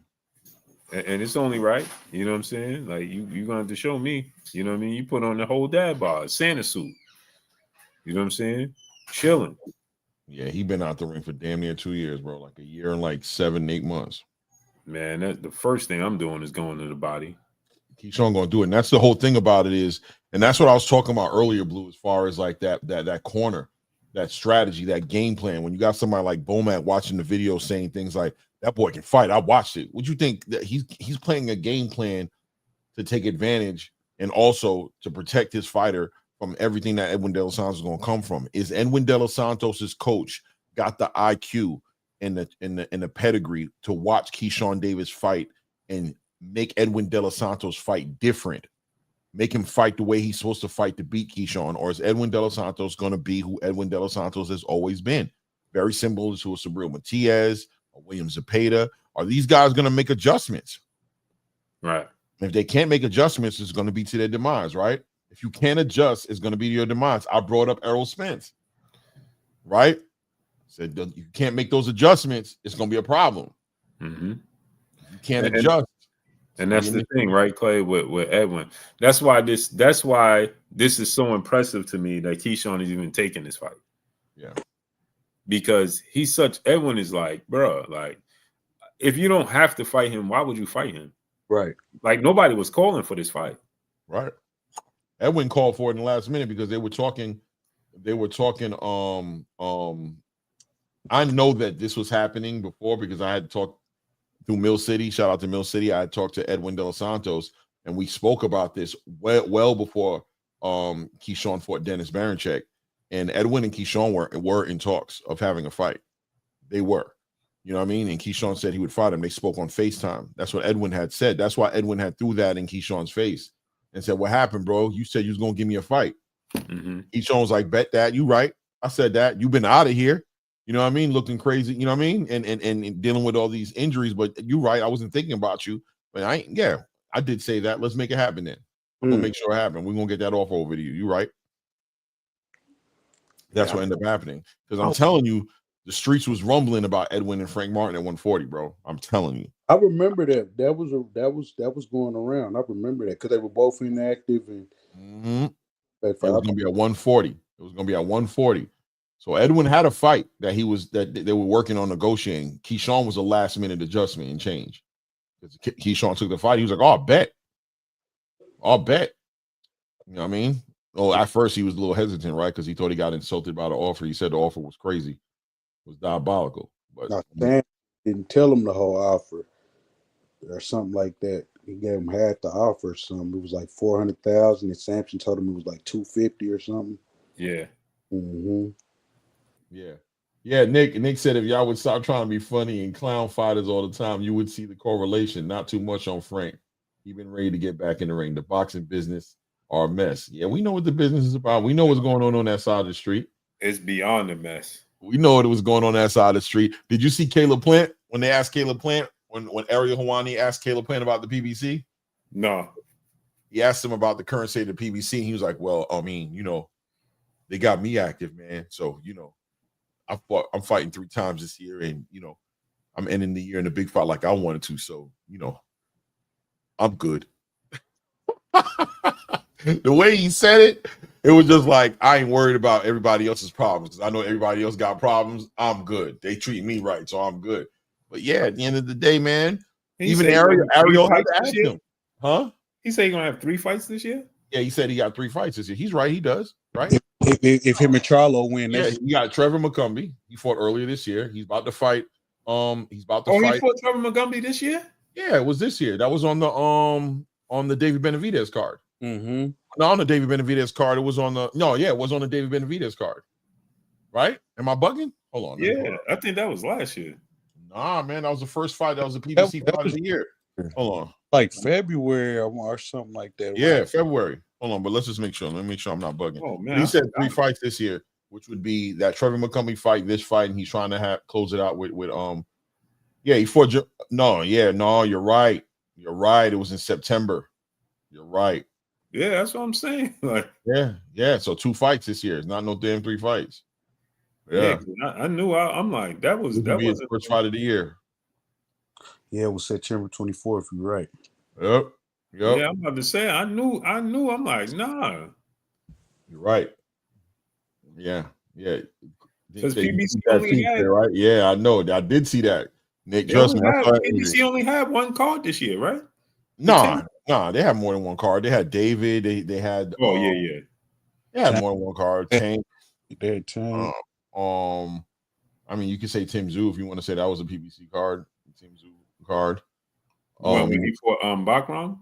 No, when he fought Joey Spencer. Oh yeah. But that was on Amazon, but that wasn't a pay-per-view. Yeah, and that was it. They've only had 2 pay-per-views this year, but David Benavidez and Tank. Yeah, and the I guess this weekend coming up is gonna be a pay-per-view, right? Or is it gonna be a free card? It's gonna be a free card this weekend, huh? This was free like the Bakram fight was. The Bakram and Zoo fight was free. This was free too. Yeah, that's what I'm saying. Like, he gonna fight 3 times this year? No. I know him and Charlo set up the fight. He might have said 2 times. Maybe I was wrong. Maybe he said 2 times this year. I could have sworn he said 3, but maybe he said 2. I could have been wrong. Yeah. Him and Charlo supposed to fight. Yeah. He wants it at the end of the year. That's a fight he's trying to get at the end of the year. No, they're supposed to fight in October or September. Yeah, but he's saying like close out the year, like his last fight of the year, like he won't fight again after We've been seeing the way that go when we put the horse before the head, up in the hitch before the horse, like that ain't been going right. You know what I'm saying? And we gotta get Charlo to that point. Yeah. He gonna be. What do you think about Jamal right now? What do you think about he's one of my favorite fighters. My favorites, yeah. He one of my favorites. He's one of my favorite fighters. I think the thing with Jamal is he gonna put on a masterclass performance. Cornflake is my guy. Salute to Cornflake. Don't take it personal, my guy. Salute to you. But I gotta call a spade, Cornflake. Jamal is that dude, bro. Like he's just inactive. It's unfortunate. He just have personal issues that just keeps him inactive. You think he got the issues in check right now, like he says he is? He looks like he does, man. He looks like he's I hope so, because when I seen that press conference or whatever they had, and he was talking, I was like, oh man. What'd you think about the press conference? What you felt like he was? I was like, his career is over, bro. Oh no, you talking about the one they did on Zoom? Yeah. You made a video about it. Yeah. I'm like, bro, his career is over.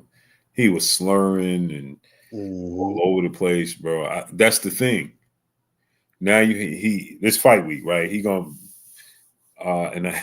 he gonna beat Cornflake. Let me just say that, right? I was going to say he gonna beat up on Cornflake, which I think he is. But Cornflake is my dude. But and now in between fights. What's gonna happen? What's gonna happen? I hope he good, because this is a new weight class for him at 68. I know it's gonna be an adjustment kind of, but he should beat Cornflake. Yeah, he gonna beat Cornflake. Cornflake ain't no walk in the park, but he gonna beat him. Cornflake gonna fight hard, but he gonna fight hard. Yeah, Cornflake gonna fight hard, and Cornflake, it's an opportunity for him. You know what I'm saying? But Cornflake has taken punishment. Cornflake fight a lot, man. Yeah, he taking a lot of punishment. So Jamal, he's rangy. He got respectable. He's not a big puncher. Like Jamal is so technically sound and gifted. They got that jab is beautiful, man. Man, my God. His jab is bro. Boxing. I always thought that I thought that Andre would beat I thought Andre would beat Jamel, but Jamal would beat Andre. When there's at 150, I always thought that, and even at 160, I'm like, Jamal would beat Andre. Them was good fights that we never got, man. We were supposed to get him and Charlo at 54, man. Yeah, Andre dropped. Yes, that was supposed to be in at 54. We supposed to got that. He dropped the ball, bro. What's going on June 7th? Who's fighting on June 7th? June 7th, Keyshawn. No, Keyshawn's not June 7th. Ain't he June 19th or something? Or no, Keyshawn is June 7th. Next Saturday. No. Yeah. June 19th is Brian Norman and Jen Sasaki. Right. Keyshawn is June 7th. Yeah, Keyshawn right. Next Saturday, Keyshawn. Yeah. So when do Hitchens and them fight this month? Don't they fight this month too? Who? Hitchens and Kambosos. Oh yeah. Don't they fight on the 19th too? I think they fight too. Oh, let me look. I'm glad I caught that, but I don't know why I thought it was.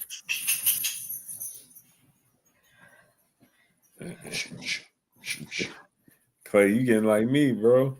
I'm getting old, bro. I'm telling you, I almost missed that one. Well, I wouldn't have missed it. That's for sure. I definitely wouldn't have missed it. Bless your soul, baby. June 14th. Yeah, Hitchens and Kambosos. It's gonna be a good month, man. These next few months is gonna be good. Yeah, gonna be a good month, bro. Cause then you got Shakur and them in July. Yeah, early July, right? July 12th. 12th. Yeah, and Amanda Serrano, Katie Taylor, July 13th. Gonna be good. Then July 19th, Pacquiao Barrios. Yeah, we got some good fights coming up. Yeah. What's in the then they talking about Tank and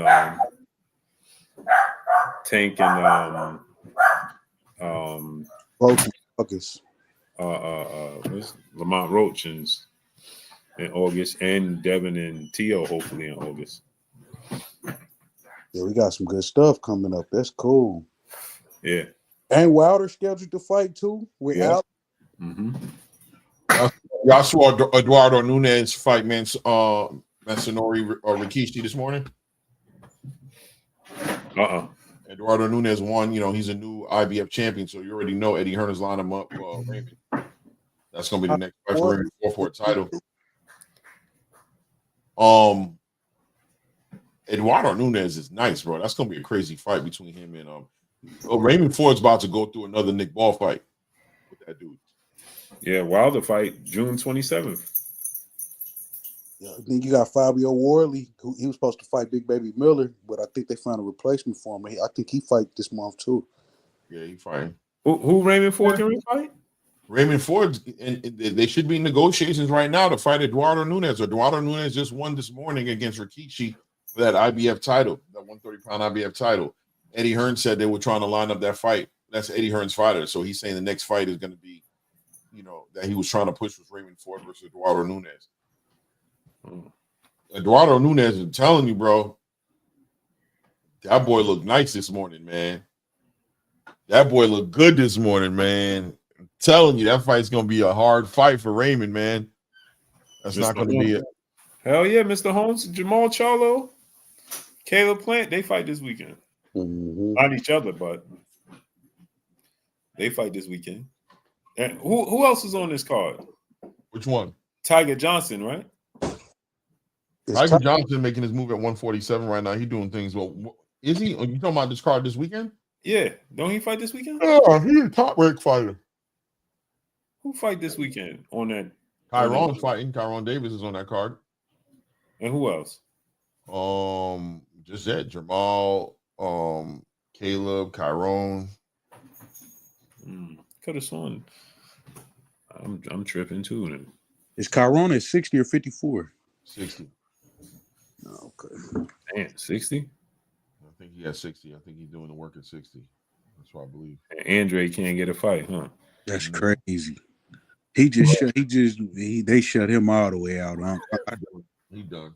Yeah, it's not funny, but when you said that, that's a fact. Yeah, he's frozen. Bro, he's all the way on the outside. I don't even think he signed with nobody right now. No. Which is crazy. Let's get our last words and get out of here. So he got his one big fight of his career knocked out, and then that's it. That's it. That's he's high risk, low reward. There's no reason to fight him, and he's a risk. There's no reason to fight him. All right, that's why Canelo. They say he's a horrible fighter. Horrible fighter, man. Horrible fighter. Horrible. Yeah, no, he brings K-Fly said, Tiger fights. I could have sworn Tiger fights this weekend. On what card? On Jamel and Jamal, I'm telling you. What? Hold on, let me look it up. I'm pretty sure, bro. I'm almost certain Tiger is on this card, bro. But he a PBC fighter. I mean, he a top rank fighter, I thought. Delonte Johnson. Damn, no. Tiger at 47 now, man. What y'all think? Yeah, he looked good on that last fight he fought. Yeah. He looked real good. Next weekend. He fight next weekend on Keyshawn card. On Keyshawn card. I was about to say that's where he should be fighting at. Yeah. Mom, I'm gone, Uncle. I appreciate y'all, man. My last words is to that very first caller, man. Look, man, just say that you don't like Devin Haney. Yo, Rich, but what's so diabolical is bro didn't even go back in the comment section. Yeah, I don't understand. No, he came back. He came back and talked a little bit. He talked a little bit. Yeah, he wasn't talking to us. He was talking to people in the chat, but he came back for you talking about something Stitch, whatever his name is. Yeah. That was horrible, brother. When you go watch that, if he probably already seen the playback, it was bad. When he said Jose Ramirez beat Devin Haney, I'm like, I'm done. Yeah, and then he said Jermaine Ortiz is a better fighter than that. I'm like, oh my god, bro. Like you can tell who he a fan of because the first two said was Shakur and Devin Haney. Whenever two names is thrown out, you know who they're a fan of. So hate is gonna be real. Like, that was diabolical, bro. Yeah, that was crazy, bro. It didn't make no sense. He wasn't worth. It wasn't about debating him. It was about calming him down. I was like, I need you to calm down. Hey, we don't need to debate. I need you to just calm down and breathe. I think you just kind of getting caught in your emotions and you're not able to dial it back and just be like, I don't know, man. I just feel like Teofimo is going to do that. That's all you had to say. Like, I don't know, man. I just feel like Teofimo is going to do like this, man. That's how I just feel that way, bro. And we're like, all right, bro, you. But 75, who has he fought and trying to bring up records and you bringing up people and don't even know who they fought. Crazy, dude. I mean, he said better. Who's he been better with? I don't know. I don't know his record like that. Yo, but Clay, when he said I don't watch him, I said, like, what are we doing here? What do you mean? Yo, that's so outrageous. You don't even watch this man, and bro, come on, bro. You said this dude is him? Come on, bro. No, that's ridiculous, bro. You don't even watch that dude. What, bro? Yeah, it got very early for me. It was like, yeah, you're gonna get him off of here soon. Trust me. That's tell him you got to the point you're like, yeah, I can't talk to you no more, bro. Yeah, bro. I just couldn't do it. I'm gonna have to leave. Can't do it. You want to tolerate this, Clay? You go right ahead, bro. I didn't want to. I just wanted him to just understand. I wanted to try to put some perspective on him to understand how 75-25 is crazy. That means that if Devin Haney beats Teofimo, it's an upset, bro. Which is crazy. Yo, but Clay, he said. Because when you named all the people, and then he said, y'all could be wrong. I know I'm gonna be right. I was like, yo, bro, it's diabolical. I just want to know the fight that he watched the Teo that's gonna convince him that he gonna dominate Haney. That man said, who Devin fought? And I'm like, what the hell? Who did Teo fight? What are we talking about right now? If Devin ain't fought nobody, then Teo ain't fought nobody. But then said Jermaine Ortiz is better. But then who did Jermaine Ortiz fight? I don't watch that dude. Bro, what? That just sounds ridiculous, bro. Yeah, you don't even watch this man, and you talking about he's better. How could you say such a thing? Like, and then he was like, "But I box." I'm like, bro. And then he pulled out that mask that he got from Amazon. But you know what I'm saying? Clay, you wild. He ordered that right off of Amazon. The headgear, the Amazon special. Got the Amazon special, Amazon Essentials. Yo, that's crazy. Bro, you know what I mean? I don't know what that was supposed to mean, bro. When he pulled that out, I was like, he said, I'll fight a box. And I said, why do most pundits in the space say that fight is a 50-50 fight? He said, because they don't know nothing about boxing, bro. and they're getting paid off. I said, damn, Tim Bradley, Paulie Malignaggi, Chris Algieri. You know what I'm saying? All the pundits in the space. Them dudes don't know boxing. These Hall of Famers. Roy Jones. All them dudes. Shane Mosley. Apparently, he's the only one that knows boxing.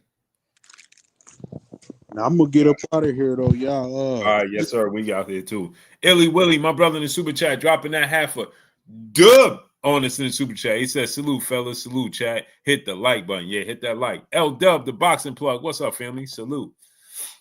The last thing I was gonna say was these promoters gotta do a better job promoting these fights. This whole month supposed to be lit with these fights being blasted all over. If it ain't, it's like if Turkey ain't promoting the fight, we don't know until the week of the fight, which is crazy. Like, this Keyshawn fight supposed to be everywhere. Like, I don't understand it, man, but I don't know how y'all feel about it. Look at there ain't no promotion for Jamal Charlo.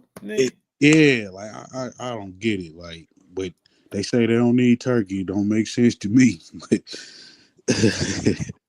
Bro, how could we not? Nobody even we didn't know nothing.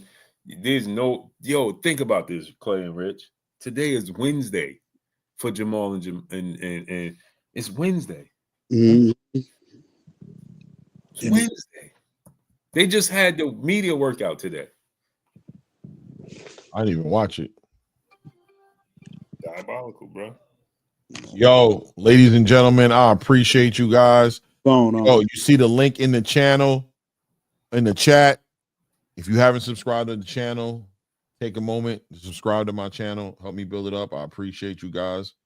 Blue, you already know, man. Yes, sir. Appreciate you, man. To the max, brother. To the max. To the max. I love that. I love Big John. Salute to my brother, Big John. You know what I mean? My brother. I know about it. That all that matters. I'm selfish boxer. I feel you, Dub. Dub said, I know about it. That's all that matters. I'm a selfish boxer fan. Word is bond. I ain't mad at you, L. I ain't mad at you. I'm going to catch the fight. I hear you, brother. I'm on the same time. I'm good with that. Nephew G tatted up. What up, nephew? Salute. But yeah, man, hit that subscribe button. Hit the link. Go subscribe to my brother Claymore Rain. The link to his channel is pinned up in the chat. Click that link and subscribe to my brother Claymore Rain. The link to his channel is pinned up in the chat. Once again, do me a favor and hit the link. Subscribe to my brother Claymore Rain. The link to his channel is pinned up in the chat. Easy steps to subscribe to his channel, man. Yeah, just hit the link, and here I'll put it here again, just in case you too lazy to look up.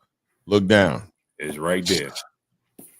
And we'll be back on tomorrow at 6:30 p.m. Eastern Standard Time. Again, tomorrow we'll be back on 6:30 p.m. Eastern Standard Time. Much love to each and every one of y'all. We appreciate y'all coming through, studying up, and holding us down. Y'all already know what it is. It's your boy Blue Blood Sports TV. Hate, like, comment, and subscribe. You haven't subscribed, hit the subscribe button, hit the like button, hit the bell icon to get all the new notifications. Follow me on Instagram at Blue Blood Sports TV, all one word. So what we got for y'all. We gone. Salute. Peace.